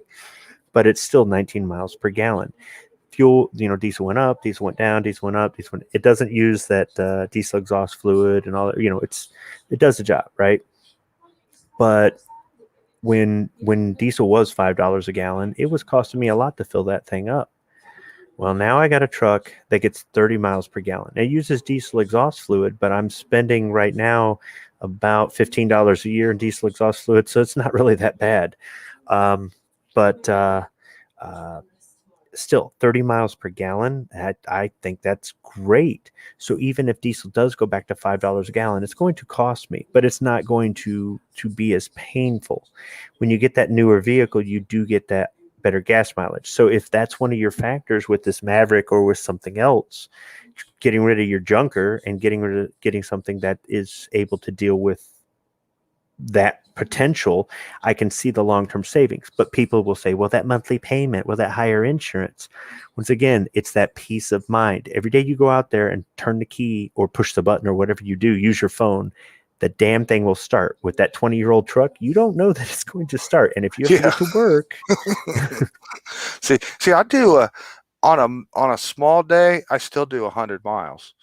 I would say I'm a most average, probably 120 or a little more every single day. And then I'll have a few days a week where I'm well over 150 miles a day. So, at some point, the miles per gallon gets factored in here. The reason I bought my Ranger, it when I say like this new truck could actually like pay for itself, I know, because the Ranger that I got, that's how it kind of ended up for me. The truck almost pretty much damn near paid for itself, being so cheap on gas. I had a Chrysler minivan that I was driving before it, and it messed up its main seal. And believe it or not, it's a Mitsubishi engine, which I've always had good luck with. But the way it was designed, you're just not replacing, taking off the front cover and replacing that front main seal on the crank. You got to pull the crank, the main bearing caps, bearings, everything, get to that seal. You got to rebuild the engine. So it leaked oil. It was costing me a quart a day. Sometimes if you're going on a long trip, 2 quarts a day. So I was getting like $20 in gas and $10 in oil every single day. And to stop doing that, and I got this little Ranger, and after I gave him a down payment, my payment was only like $240 a month. So the truck pretty much just paid for itself. Now I'm going to tell you the same thing. It'll run on $10 a day in gas, I'm going to tell you the same thing I told Travis when I talked to him about the Maverick. If you get this or you get any new vehicle, buy the extended warranty at the time you purchase the vehicle and roll it into the financing. You won't notice it. Now you're covered for 7 years and 100,000 miles. If at 70,000 miles, the center console fries, that's a couple $1,000s to change that computer screen. If at 90,000 miles, the transmission goes out, there's $5,000, $6,000, $7,000, something like that. If you think, oh, I'll never use that, I've had it happen. And it's kind of nice having a vehicle that's almost at the 100,000 mile mark, getting a brand new fill in the blank, right? Now, I've only had one vehicle where the extended warranty didn't pay for itself as far as more repairs done for free or with a $50 deductible or some crap like that, as opposed to what I paid for the warranty, and that's on a wife's car. And you could look at it from two different ways. You can say, well, you got screwed. You didn't get your money's worth out of the warranty. But on the other hand, I didn't have to use a warranty. The car's that good, that reliable. Regardless, it's for major big ticket items that, for example, I paid $800 to put a 100,000 mile bumper to bumper warranty on my truck. If the transmission goes out, that's $5,000 for me. And you roll $800 into 6 years worth of payments, it's like $1 a month or some crazy, whatever it is, right? So when you've got that newer vehicle, especially if you're putting miles on it like you are, you may actually run the warranty out before you pay it off. But it's just nice having that peace of mind, because while you're making these monthly payments, if you have a $5,000 part break, you're covered. You know what I mean? Yep, we got the extended warranty on my wife's Ford for that reason, in case something goes wrong.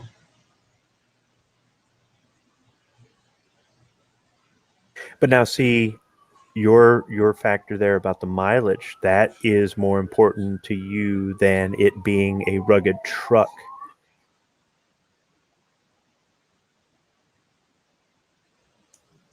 Yeah. My Ranger's been a good truck. It might have been one of the last good ones Ford built. It's pretty much original, everything on it. The motor's never had a single thing ever done or touched to it ever. I'll tell you this. I got 275,000 miles on it. I've changed the spark plugs once. Still has the original factory plug wires on it. Motor's completely 100% original. Original timing chain, every original pump. Transmission is the original one, original filter, original fluid, ain't never been changed. Radiator, never changed the antifreeze. The only thing that ever happened is I had a power steering hose went bad and leaked, and I replaced that, so the power steering fluid's been changed. Other than that, this truck is 100% completely original. Like I said, there's never been a bolt loosened on the engine ever.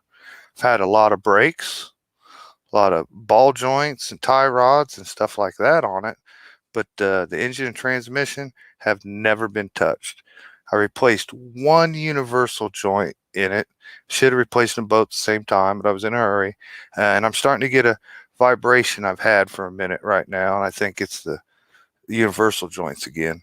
But that truck's running on completely original everything, man. How's the comfortability when you're driving 100 miles a day? How's the what? The comfort. Lack thereof. It's a 275,000 mile. Oh, I forgot the original shocks.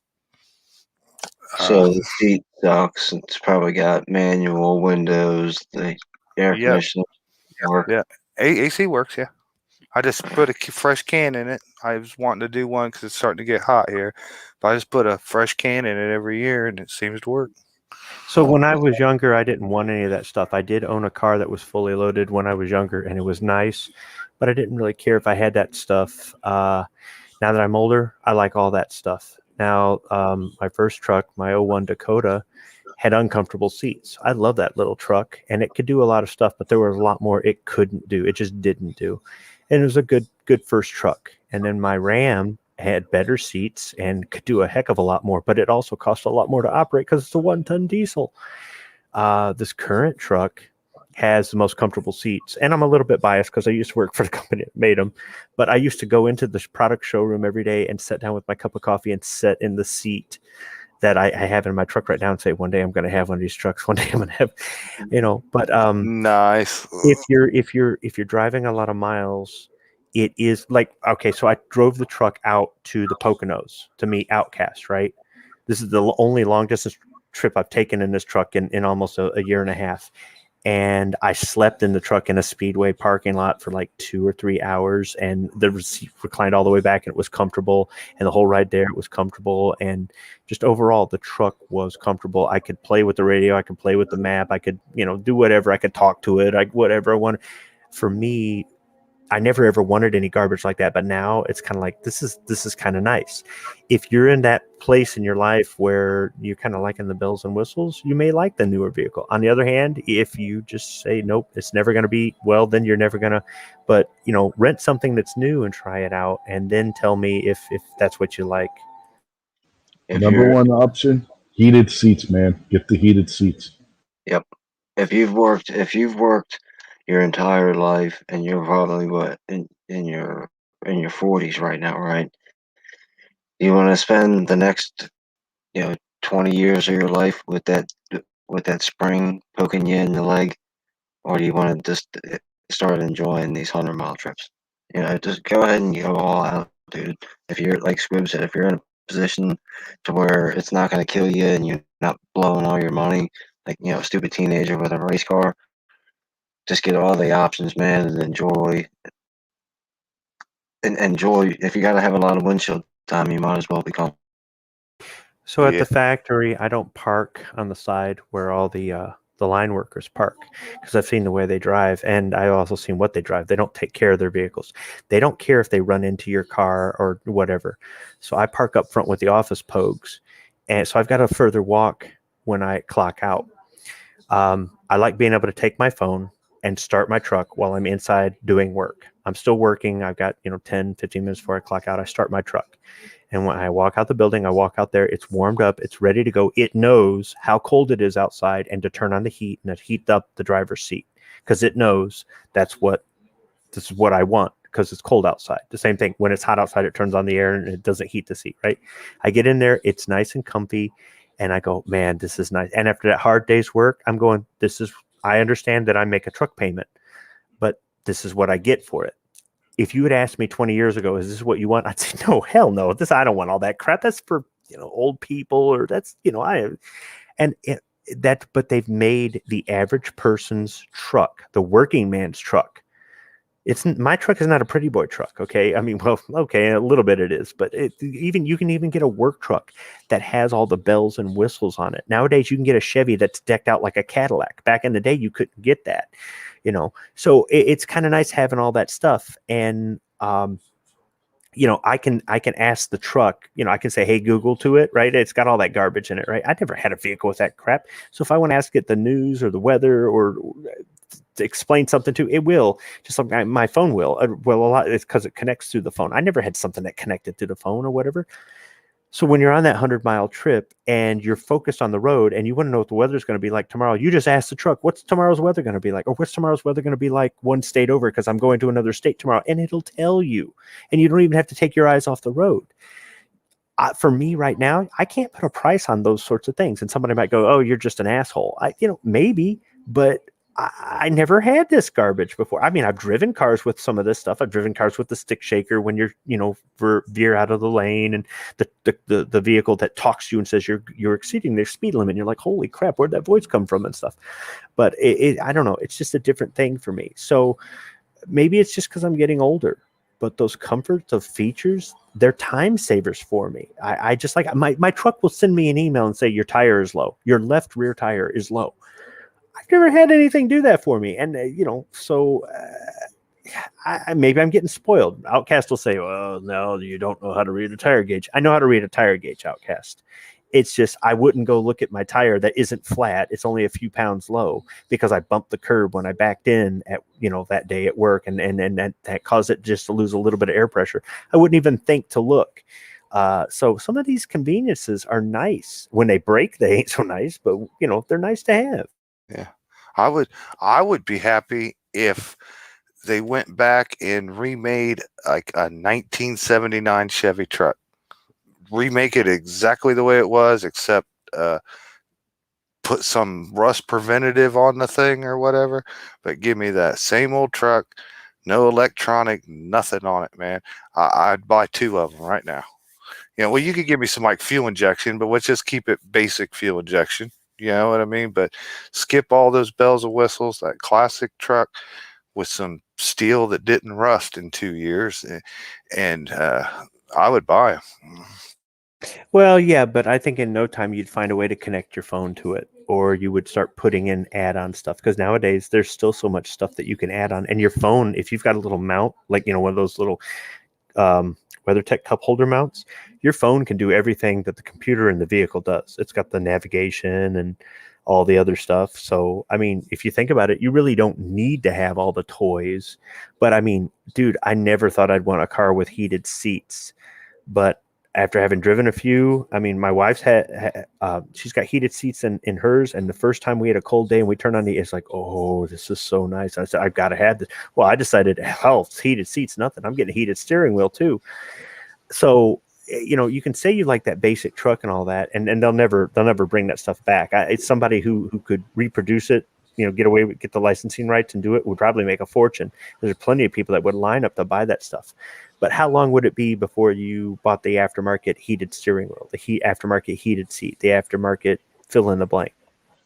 I'll tell you what, man, if you got back issues, those heated seats are a godsend if you're going on a long road trip. I like the air conditioned seats. Yeah, the first time I saw those at work, I was like, what the fuck is this? And the guy goes, here, let me show you. I had a Mitsubishi Diamante with heat and air conditioned seats. And think about it, you spend 65 hours a day scooching along on your knees, hanging all this trim, and your back's all twisted and stuff. If it's a 90-degree day out, you throw in that AC seat and you just chill. If it's a cold day, you heat a seat and then you fall asleep before you leave the job site. It's like having a cold beer waiting for you in the fridge. Friend of mine's got, because he's got the seats like that, he's got air filters that you have to clean and change out in the seats.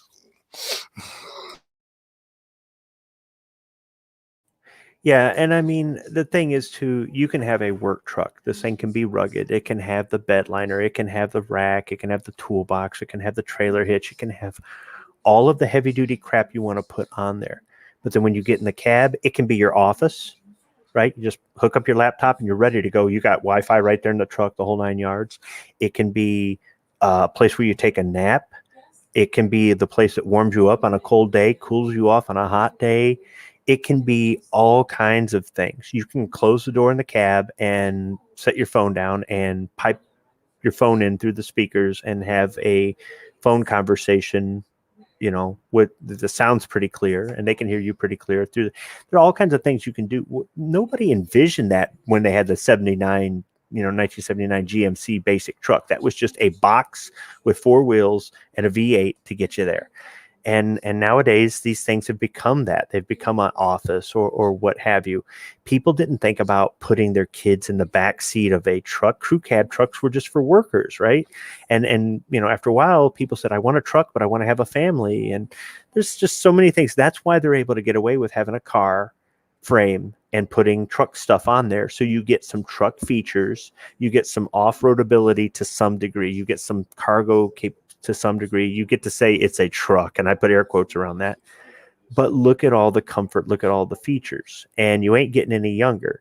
So, yeah, when your back is sore, you might like that Maverick more than you like your Ranger or that 1979 GM pickup truck.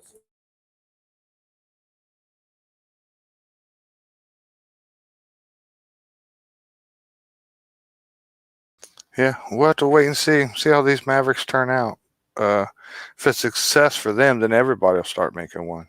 Chevy will have one, Dodge will have one. You need to just go ahead and buy that Harley Davidson F350.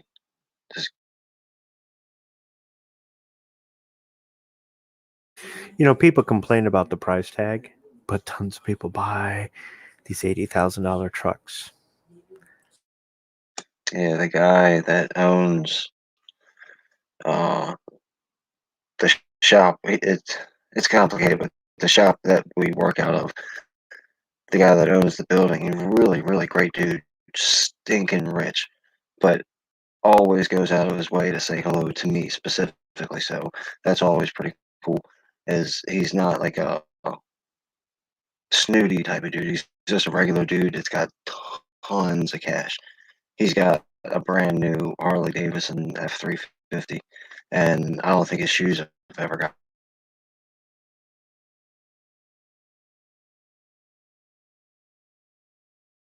I suppose it just matters, what you do with it. If it's just for looks, that's one thing. But on the other hand, it's your money, right? We're a capitalist free society.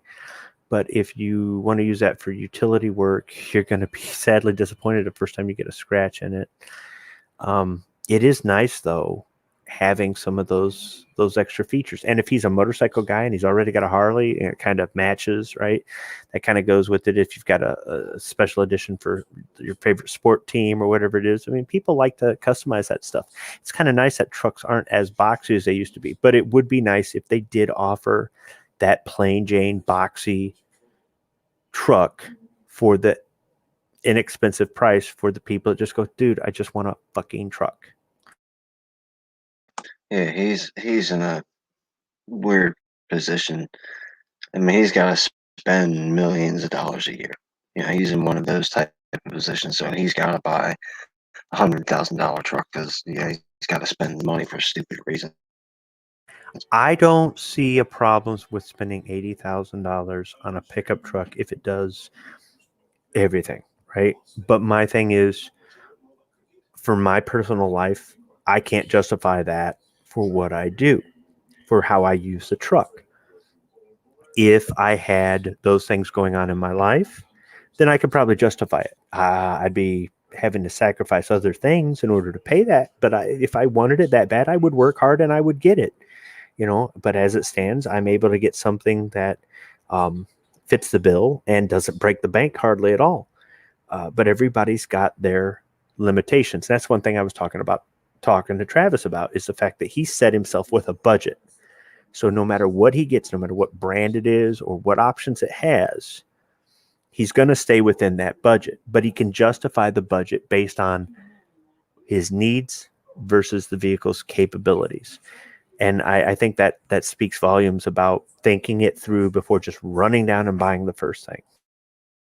Well, the work truck doesn't really exist anymore. Like if I ran up to the guy I was just talking about and tossed a 2x4 in the bed of his truck, I'd probably never get a job anywhere around here for the rest of my life. You know, they've taken the work truck and made it the boss's truck. You know, even my truck, I've got the Chevy Silverado 1500, rear wheel drive, 2-wheel drive, single cab. I think it's the 8-foot bed, and I could probably get $6,000-7,000 for that right now. Yeah, with my trucks, what I found is when they start getting scratches, when they start getting dents, when the warranty runs out, at that point I'm willing to beat on them a little bit more. But that doesn't mean that I never put them to the test. The thing is, though, I'm not using the vehicle every single day to earn a living. I will tow with it. I will haul stuff around. I've driven stuff for work in my trucks and stuff. I've moved furniture. I've moved houses. I've pulled vehicles out of ditches. I've done this. I don't want a pretty boy truck, but I also don't want to purposely, I've only had the thing 3 years and I'm purposely trying to put something in the bed that I know is going to fall over on the side and put a big scratch in it. No, hell no. But at a certain point when the truck has already got all those scars on it, does it really matter? Nope. Let's just go for it. So I think maybe when the vehicle's newer, I load it a little bit easier. But when it gets older, I just throw stuff back there and don't give a shit.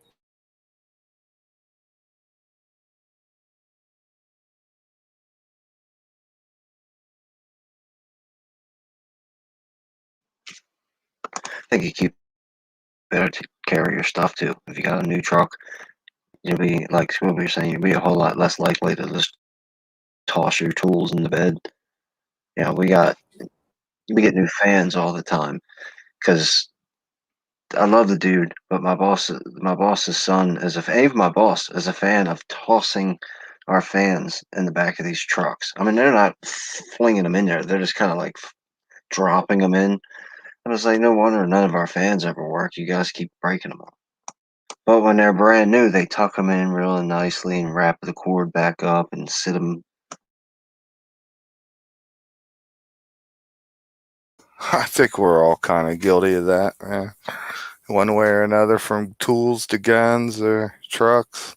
When they're new, you try to keep them new. But sooner or later, they get broke in, worn in a little bit, and you just start doing the tossing method. Well, I got the WeatherTech floor liners for the truck immediately, and I got the Saddlemen seat covers immediately. I put Saddlemans in my Dakota, and they worked out great. And we put WeatherTechs in a wife's car, and it worked out great, especially with all the road salt and stuff like that. And a few months after getting my truck, picking up people that were canoeing all day, and they're wet and they're covered in sand because they kept tipping each other over in the river. And I'm there to pick them up because I'm the designated driver. I'm the sober one, right? And they're like, we got sand and we're wet. And just get in. We're fine. Those seat covers protected the seats, and the floor liners collected all the sand and water. And all I had to do was simply vacuum out the truck later. Good to go. So there are things you can do to keep your newer vehicle newer. My Ram is like coming up on 18 years old, I think it is. And the seat covers that are on there right now are the same seat covers I put on it a week after I got it. Now I've taken them off and washed them a few times. They're a little bit tattered at this point. But if you take those seat covers off that truck, all the seats in it look like they're brand freaking new. I took the headrests off the back seats. They've been in storage. They were in the truck for a week. That was it. So the original floor mats, I took those out and I put in the premium Mopar floor mats they had available. So I've still got the original floor mats unused, right? So there's something to be said about things you can do that really aren't that expensive, that aren't invasive to make certain things in your vehicle last longer. I've undercoated both of my trucks, and that really helped. So on this one, I did the same thing. Something as simple as that can give you a little bit more life out of your vehicle. Just little things.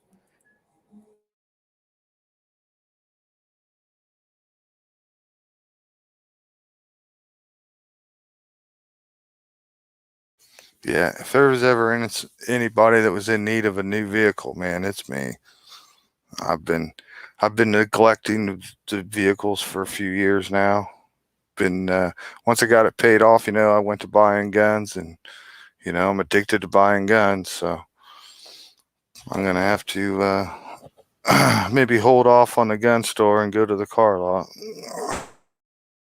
I've had a new vehicle payment most years of my life since 1998. Not saying every single year, but most years. I'm so used to it, it doesn't even phase me. I think that if you I get haven't used had to it, one in 5 years at least. well, I mean, it can take a certain chunk out of your. All right, I'll put it this way, dude. What do you spend a week in cigarettes?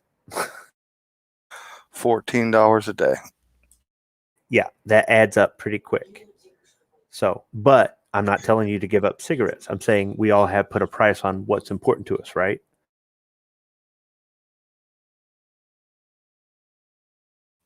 Yeah, that's why I said I just control my finances a little bit, and a truck in that kind of price range would just pay for itself. I wouldn't even notice I have it. You know what I mean?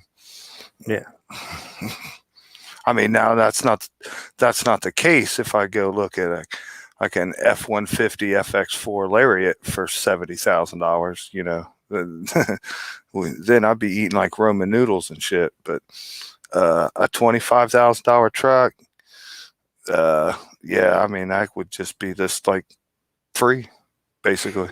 I'm a fool for not getting something nice at that kind of money that would save me in the long run. You know what I mean? The other catch is like my truck's 275,000 miles, shakes, rattles, always putting tires on it left and right and whatever. Yeah, I can fix about anything. I don't feel like fixing anything, but if it breaks and can't go to work, if I can fix it one day, I'm good. After that, I can get fined $500 a day for not being there. So, What happens when you Right. break? What happens when you break at work? Yeah. You can break down at Got home. a That's call all. for, yeah. You break down at work with a new car with a new payment, and you probably got AAA that comes along with the deal that you made. The only other thing you need to think about is your insurance payment. No, when you have a new car with a new payment, you call the manufacturer. They send a tow truck free of charge. They take it to the dealer and they fix it free of charge, unless of course you're out of warranty. Now I they don't provide you with a loaner. Some dealerships might, but it's depends on the situation. So that's the other thing. It's how long can you get a rental or loaner, or do you have a second vehicle or something to get around with while that's at the dealer? Because it could be there for a day, it could be there for a week. But when it's new and it's under warranty, they cover all that. Yeah, I am in a good spot on insurance, Kingpin. All my life, I paid, a higher price for insurance. I finally got to the point of a good driving record in old age, and insurance is like dirt cheap, man. I have full coverage on 2 vehicles right now, and it's so cheap I don't actually remember, man. It's like $67 or $71, $72, something like that, man. And that's for 2 vehicles with full coverage. So insurance at this point in my life is like a no-brainer. It's not like it used to be, but I've spent my whole life paying, $100 a month or more for liability, and $200 a month for full coverage and stuff. But I've finally got to the point where I get discounts.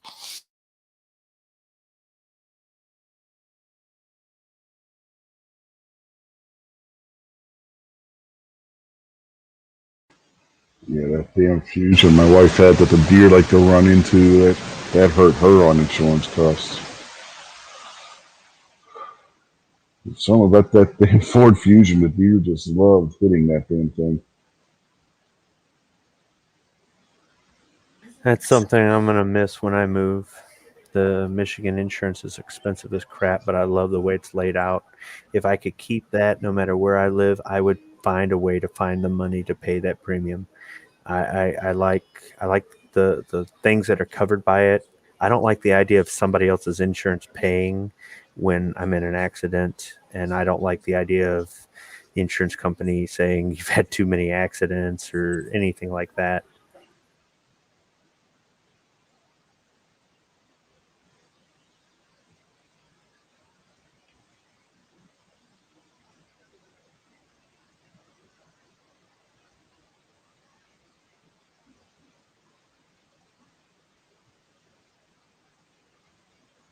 I swear the one time when my wife got hit by the one deer, it looked like she was hit by a car.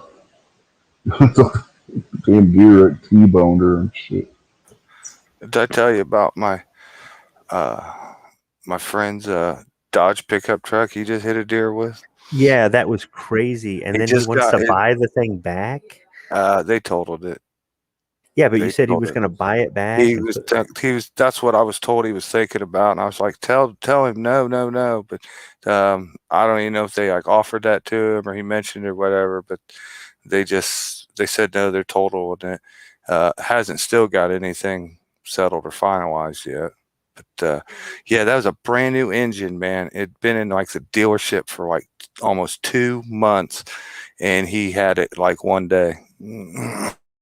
Now, I got gap insurance on this truck, and I think we got it on my wife's car. But prior to that, I don't think I ever got gap insurance. But what I decided to do is I decided to go through, get the gap insurance through my financial institution because it was cheaper than through my car insurance, and it's just easier to handle. If the vehicle gets totaled, I just go to them and go, here it is, it's totaled. And they go, okay, you don't know a shit, right? Done. As opposed to having to go to my insurance company and get them to deal with the financial and then them go back and forth and all their. But that's something else I would recommend too is getting something like that because the depreciation, gap insurance is not that expensive. Or if it is, there, look around and compare rates. But that depreciation, the difference, you're kind of stuck with that. And with the gap insurance, it's all gone. It's worth it to me. The hardest part about that is after the vehicle gets totaled, if you can't find another vehicle like that again, you're starting the whole process all over again. What do I want?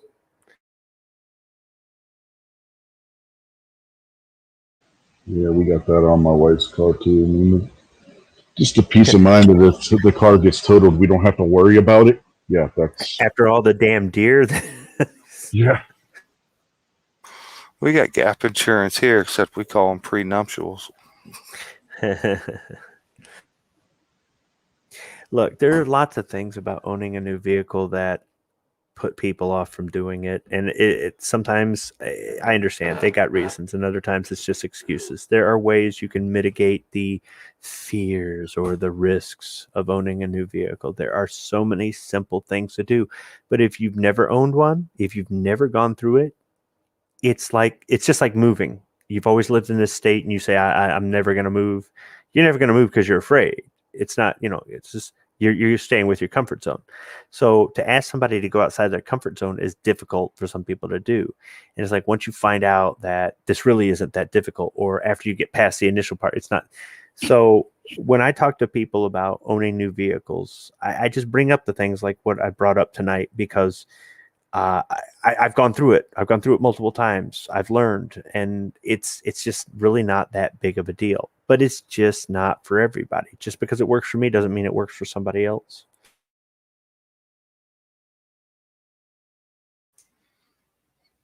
You can also find. I used to work at a lot of car dealerships, man, in the '90s, and the invoice sticker on that side window of that car tells you the price, the MSRP. That's nowhere near what the dealer paid for that car, or And what that's they nowhere owe near what for it costs to make it. Yeah, that's nowhere near. So if you really, you're prepared and you're in the situation where you can get a brand new vehicle, if you could just catch a good deal from a dealer at a certain time or a sale or whatever, you could probably save a lot of money because like it's not even close to what they get. I don't know what the modern day is, but when I worked in the dealerships, I saw brand new cars that were like Honda Civics and Honda Accords were $15,000 on that window sticker. But the packet that I ripped off when it came off of the semi truck underneath of it said they owed Honda like $6,500 for that car. Yep. And then when they advertised this sale, $1,000 under invoice, people flock there, think it's the greatest thing ever. No, they still made $6,000-$7,000 on it. And see, yeah, that people see that, and if they want to go to the dealer and argue that, you'll never win, because they'll be like, look, dude, somebody else is going to come in here and buy this car. The That works for MSRP is based on if that was the only one made. Like if the car that you're looking at, the Toyota Corolla that you're looking at, if Toyota only made that car and sold it to somebody, this is how much they sell it for. Then the reason that you can get them at your local dealership for $6,000, and that dealer got from his dealer for $2,000, and the guy who brought them over and hundreds at a time on the ship got them for $1 a piece, is because that's how much it costs when you end up making $1 million of them. So I don't like to buy off the lot. I like to order them. But when you order them, you wait. If you need a vehicle now, waiting isn't any good. The other thing is the incentives they have the month you order it are not the incentives that they have the month it shows up. You pay the month it shows up. That's the incentive package you get. So if they got $5,000 off this month and it comes in 2 months later and they have $500 off in 2 months, that's all you get is $500 off. So there is a downside to ordering it. But when you order it, you get everything you want. So if you're going to go down to the lot and if you're going to take something off the lot because this month they're offering a special or you need one right now, my recommendation is to get everything you want on the vehicle or more. I would rather get more stuff than less stuff, because you might learn to like the new stuff, the extra stuff. You might not use the extra stuff. You might. But and sometimes that extra stuff will increase the resale value if you go to sell it at a later point. But if you settle, you may never really be happy with that vehicle because you settled. If you have the time and money to order a vehicle, you can wait 15 weeks or 8 weeks or whatever it is. Do that. I've done it 3 times and I was not unhappy each time. But if you're going to look for one, more is better than less. Trust me on that. Because unless, of course, you drive this thing 2 miles a day, 4 days a week, then I guess it really doesn't matter. Yeah, we got lucky when we got my wife's Escape. We were fighting the goddamn insurance company because guess what happened to the Fusion again? Another deer? Yeah. So we were fighting them on that. And the guy from the dealership where we got the Fusion calls us. He's like, I got a Ford Escape here, end of the year clearance. It's exactly what you guys were looking for the last time you were here. So we went and looked at it. It was exactly what she wanted. The only thing that was different was the color. So we lucked out. It was end of the year clearance. Got like 10 grand off on the damn thing. So, I mean, we got super lucky on that deal. And sometimes you can do that. You can get an end of the year clearance, or you get something with, a demo or something that's got some miles on it or whatnot.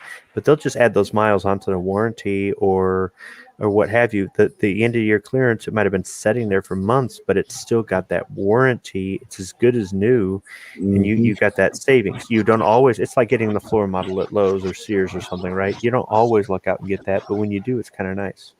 Yeah, they just want to get it off the lot at that point because they got the new stuff coming in like the next week.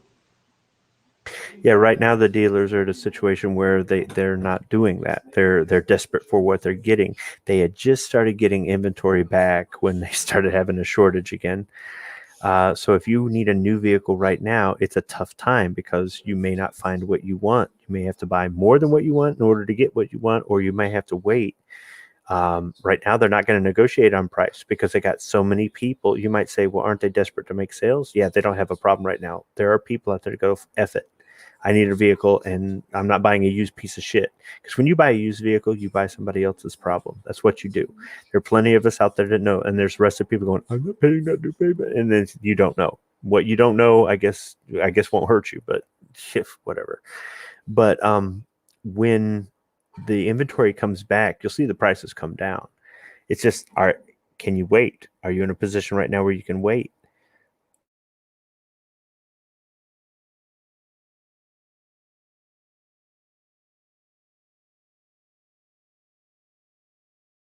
After the 3-month shutdown in Detroit last year, it took about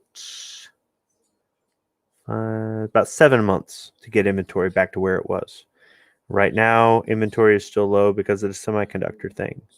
If they get their head out of their ass, maybe it'll take another 7 months to get back where pretty much any color or model you want is on the showroom floor, and it's for regular prices, or you can haggle prices. That's just my guess based off of what happened last year. And when we got the Escape, it was in January of 2020. It was right before all this shit started. So we got super lucky on that too. Yeah, I got my truck on Valentine's Day 2020, and then a month later I was laid off. Oh, I mean, you who the got a hell love knew? truck. Oh yeah, my wife gave me a truck for Valentine's Day because she's the sugar mama. A 2021 Chevy love truck. I thought they quit making them. I was gonna Yeah, say, no kidding. Jason, you gotta get yourself a love. I mean, that's Look, probably man, right? you marry a professional woman, she'll take care of you.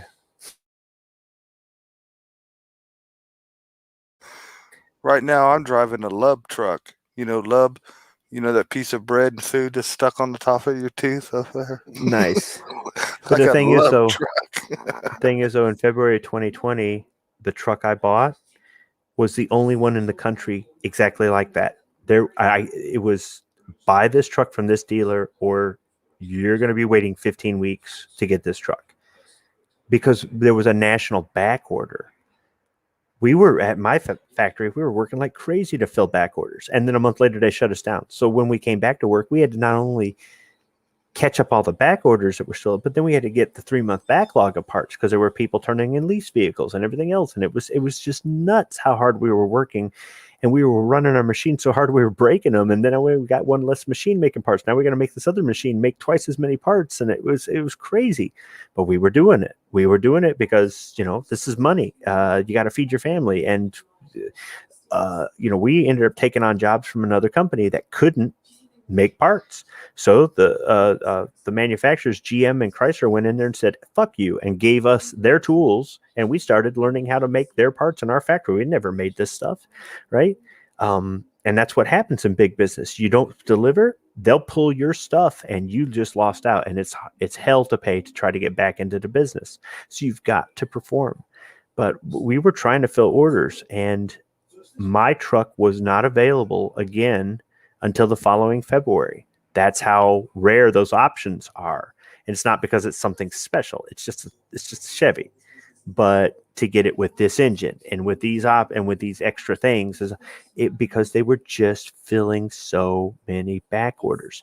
So if you're real particular about what you drive and you're willing to pay the price for it, you're going to have to be at the right place at the right time, because just like Rich, him and I were both lucky. We got those vehicles when we did, because after that, they closed the door.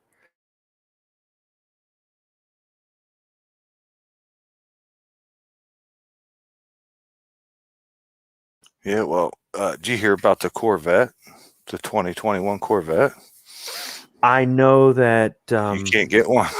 I tried pricing one a couple weeks ago because I talked to the wife about, so what do you think about a Corvette? And my dumbass looked at the price and I go, oh, we can afford that. And then I looked at it and that was the base model. I'm like, oh. So I went to her and I said, what? She's like, I don't want a fucking base model Corvette. So then I looked at the one she wanted and I'm going, yeah, are you willing to give up a whole bunch of stuff? Because we can afford this, but it's going to be like a child support payment. Yeah, I saw today that no more 2021 Corvettes. They're shutting down all production. They're going to be off till the fall, and then they're going to start up 2022 production, and they're not taking any new orders. And if you already have an existing order, you're not going to get a 2021 car. You're going to get a 2022.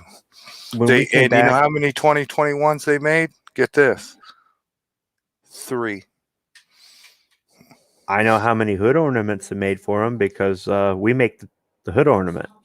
So before the shutdown, we were making small batches of hood ornaments. After we came back from the shutdown, we made at least 2 batches of hood ornaments. So there's enough hood ornaments in the inventory to make probably a few thousand Corvettes. I understand they have to keep stuff for service parts, right? Collision and whatnot. But we honestly, I didn't even think about it until you said it. We haven't made a Corvette hood ornament in, it's been months. I mean, we Yeah. pulled the tooling out. It's not like something we run every day, right? But we haven't. Yeah. Yeah, I heard that today. All the existing orders, they will fill them, but you're going to end up with a 2022 car, and it looked a little bit different. It looks like they changed some lines on the fenders and stuff like that. It's not actually the same car. So I don't know if people have the right to cancel their order or not, but they're going to It's be a waiting till next deposit. year. Yeah, they're going to wait till next year because they're not even going to start those new cars till the fall. You leave a deposit, all right, unless you got good standing with the dealer. Like the Dodge dealer that I bought 3 vehicles from, the first vehicle I bought, I didn't need a deposit to order it. The second 2, I needed a deposit, but they said, you know what, you're a good customer, so we don't care. So I didn't leave a deposit for the next 2 vehicles. So unless you've got some sort of, standing with the dealership, I would think you'd have a non-refundable deposit. So it would behoove you to just wait, right? Yeah, if it's non-refundable. As far as I know, the deposits are non-refundable. I've never put money down on a vehicle in my life.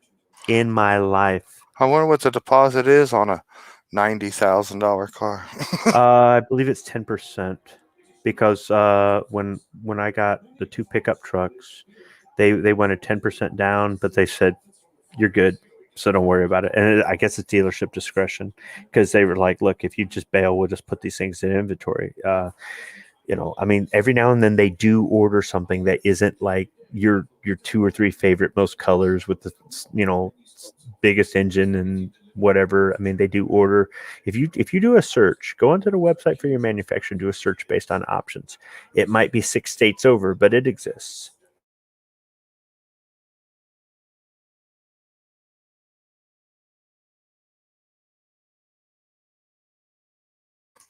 Those Corvettes are a pretty awesome car, man.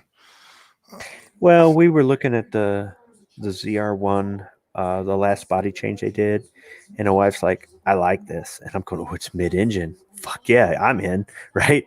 But I'm like, yeah, they're never going to pay for one of those. And she's like, yeah, you can't drive it in the snow and stuff like that. And then after that drunken conversation I had a few weeks back, I was like, yeah, I don't know. So I was like, just kind of gave it a quick glance. I'm going, 66,000? Yeah, we can swing that. And I went to the wife and I'm like, you want one of these? And she's like, I don't want that one. All right, boys. Happy Father's Day, y'all. I'll catch up with you tomorrow or Monday or whatever. Y'all have a good night. All right, All right, later. later. All right, take care, man. Yeah, that's another Corvette. thing too, Jason, is depending on where you live, you can only drive the thing 4 or 5 months out of the year, right? Yeah. Well, mid-engine Corvette. It's just a Fiero on steroids. Yeah, the mid-engine. Yeah, that's why but I ain't going back there. The wife can drive it. I'll maybe drive it a little bit, but I'd rather just be the passenger, let her drive. But yeah, it's like why didn't they put a mid-engine in it sooner? They, But now, they, see, they Rich, sound your all car- good, but around here, man, we got potholes in the roads that probably swallow half a Corvette, man. Oh, don't even tell me. Today I took the loose rim down to Bell Tire, and they're gonna have to weld it. This is the second aluminum rim on my wife's car with low profile tires that we're gonna have welded because the potholes just shatter the freaking things, and that's the price you pay. So yeah, having a Corvette here would be pointless. If we lived out west, maybe so. But like Rich, your car is like 4-wheel drive or all-wheel drive, right? Yeah, it's all-wheel drive. Because you guys got the snow up there in the mountains. Yeah. Yeah, this is something you just got to have. About a month ago, when the roads I usually travel to get home, we were driving by, and there's some nice houses up in there, and long driveways of electric gates and everything. And we came by the one, and waiting to pull out was a Ferrari F40 with like a Ferrari like 512 or whatever it is right behind it.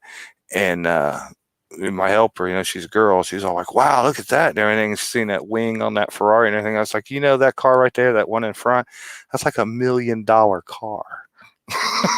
She's like, no way. I was like, yeah, that's like $1 million car.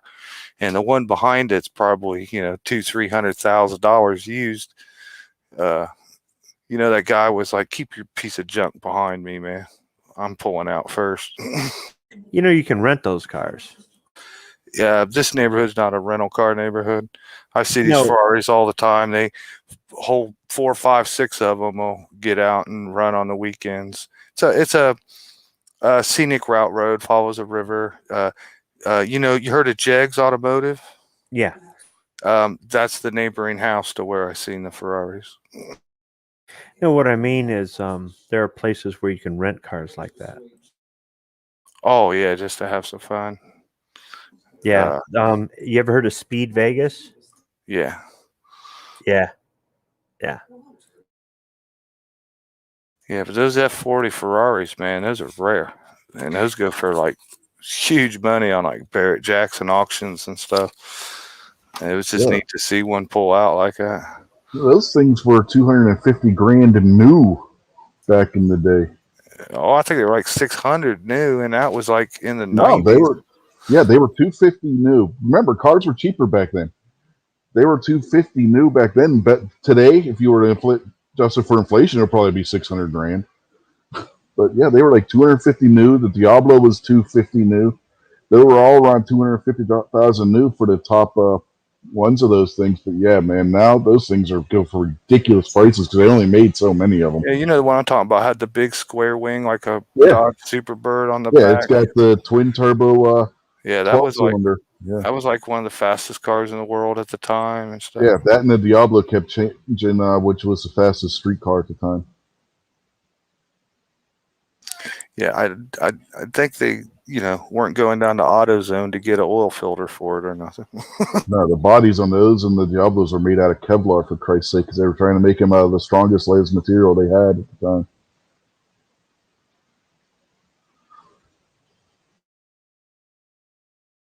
Yeah, there's a little section of town down here, man. Not my town, but outside of Columbus, and you probably got to have a Ferrari or a Porsche or something just to be in the in crowd around there.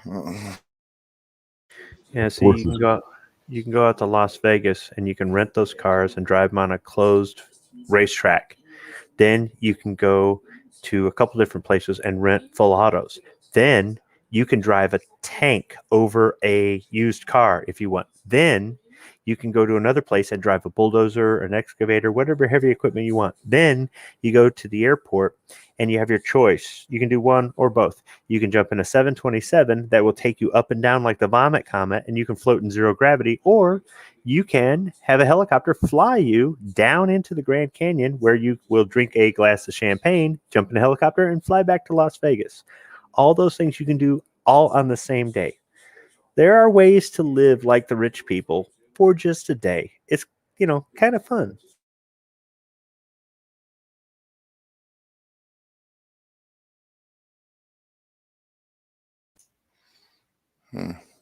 But then you don't have to pay all that insurance and worry about people stealing your shit and all the other crap.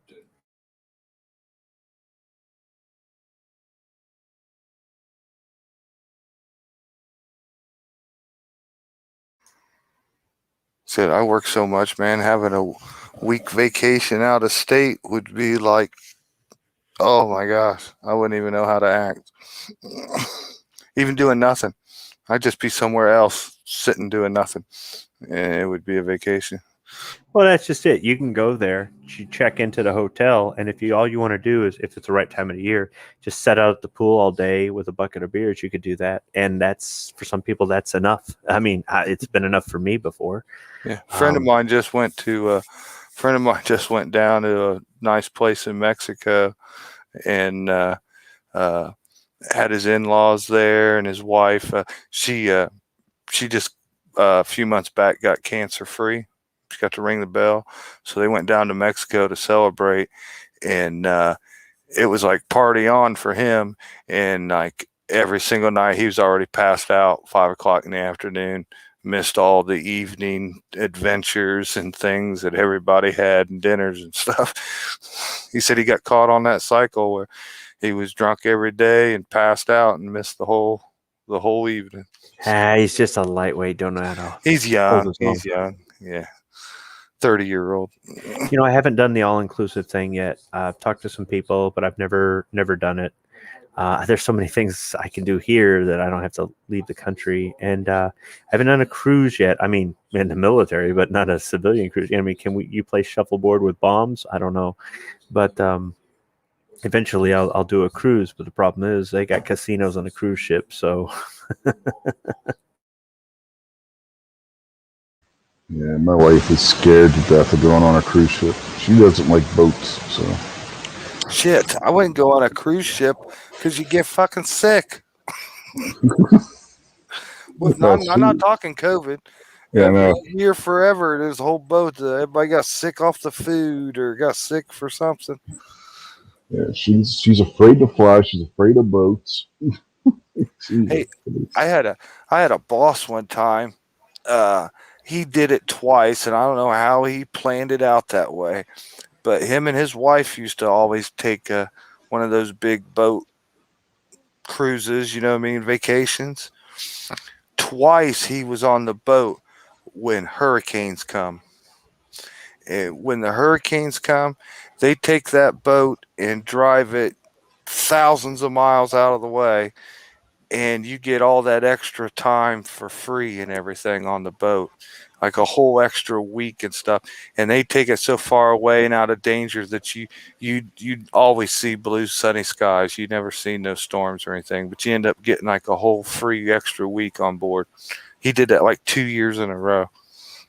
So what we would do is we would either maneuver around it if we could, but if we weren't in a position where that was feasible, we would get as close to shore as we could and weigh anchor and just ride it out within sight of the shore. If the ship actually had problems, we'd beach the thing if we absolutely had to. I'm sitting there in the Adriatic Sea off the coast of Italy, and we're weighing anchor, and the ship is just tossing back and forth, and I'm going, are you fucking kidding me? You know, but I got to say that's better than in the middle of the ocean where there's no land in sight. So, but yeah, I get the whole moving away from it. And with a cruise ship, it's different than a military ship, right? But still, the cruise ships are really stable. They're a lot more maneuverable than people give them credit for.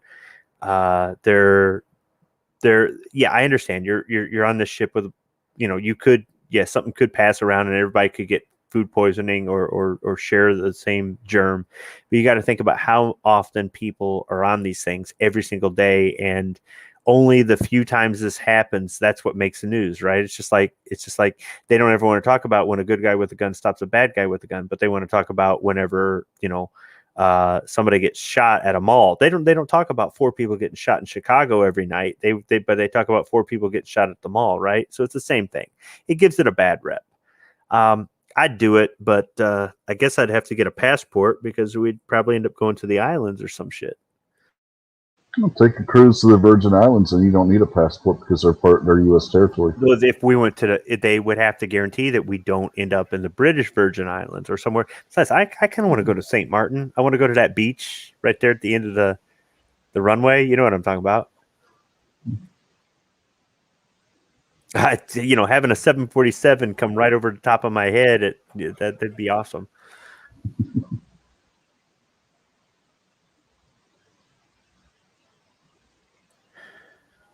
I'd like to go back to Washington and go through all the museums and the monuments and stuff again. Look, that'd be a simple not vacation for me. I am not sleeping on the floor with you again, dude. I'm just glad I didn't have to sleep there that night. dude, it's You'd had to stood up against a wall. and no kidding too. If you notice, Budget doesn't pick hotels very well because he ends No, up he at doesn't. the murder hotel, the skank hotel.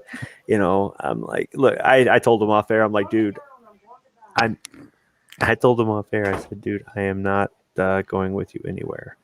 I am just not taking a road trip with you. Yeah, that was a small little place. I'll tell you that. It'd be great for like 2 people or something. Yeah. Nice and convenient, and it was clean. Yeah. Everything was cool that way about it. But oh my God, was it Well, when small? Squib when It's a Squib hallway and 2 closets. when Squib 45 ACP and I arrived there at the little B&B that you guys were staying in, it was before the cleaning crew got there. We were there, they were dropping their stuff off, and we were told we had to get out because the cleaning crew was coming to clean the place. Yeah, we ran into them, dealt with that. They just getting that done when we got there. But hell, the place was small. You had to like duck your head just getting into it, crawling down underneath it. Yeah. Yeah. The only Airbnb I'm ever going to stay at again is Hawaii Volcano Squad's Airbnb up on the volcano. But other than that, I'm never doing Airbnb again. And just based on the last 2 hotels that Budget stayed at that he talked about, hell no. If he's like, hey, man, you want to take a... No, fuck no. No, I'm picking the hotel. The Pooper 8 motel, really? Yeah, I remember that little our Airbnb, man, and the coffee pot was like so small. I got a coffee pot bigger than that you plug in like the cigarette fucking lighter, man. Oh, dude, I was grouchy that there was no liquor store nearby. There was no coffee shop nearby. There was no nothing nearby. No food. I'm glad that I went out to eat with Outcast and his lady, but if I hadn't done that, I would have been starved. Yeah, there was nothing there. But hey, you know what? It was first time any of us stayed in downtown DC, so yeah, whatever. I walked the streets for an hour, man. Couldn't find a single bit of. There was some food here and there, but I was looking for like normal food, and I couldn't find it.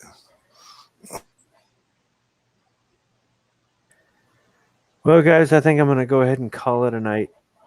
Thanks for letting me talk about new car sales.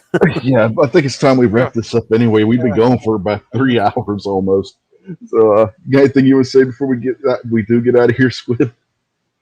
Nah, just thanks for letting me weasel onto the show, and good talking with you guys tonight. See you around. Yep, no problem. Catch y'all later. What about you, Jason? Yeah, thanks to see you, man. Yeah, just you never know what the topic's gonna be, huh? Well, no, I mean we're not doing a show tomorrow night because of Father's Day, so I guess we blended the 2 shows together. I was thinking about that during the thing when we were doing wrestling, and then Burnaby Sanchez hopped in, and you mentioned him, and it went straight to politics. Yeah, it was like the perfect segue. Turn right here. All right, yeah. Thanks for the invite, man. Always good to hang out with you. Yeah, no problem. Yeah, thanks for jumping in, and we still got Makojo out there. I don't know if anybody else is still out there watching or not. Well, it says there's 5 people watching, but don't know who they are because they haven't been saying anything. But thanks for you folks for stopping by and watching. As was stated, there will not be a This Week Unloaded this week because of it being Father's Day. We will be back next week with that show.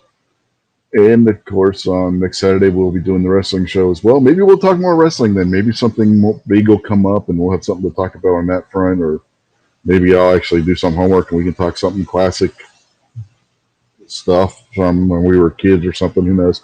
But ain't had a bracket in a long time. Yeah, maybe we could do one of those. Yeah, you're right. We haven't done anything like that in a while. Brackets are always a lot of fun. Yep. So yeah, that's an idea. Maybe we can do a bracket of some kind or a top 10 or something. Who knows? We'll figure something out. So we haven't done one of those in a while. We had to the last top 10 or something along those lines was the top 5 that Ellis and I did when we were doing the show, and we did the top 5 Ric Flair title matches. So maybe we can do something along those lines or something too. So figure something out, and we'll have something for you next week at 9:05 time on Eastern. That is 9:05 p.m. Eastern on the wrestling show next weekend. So until then, we will bid you all adieu and have a good night. See y'all.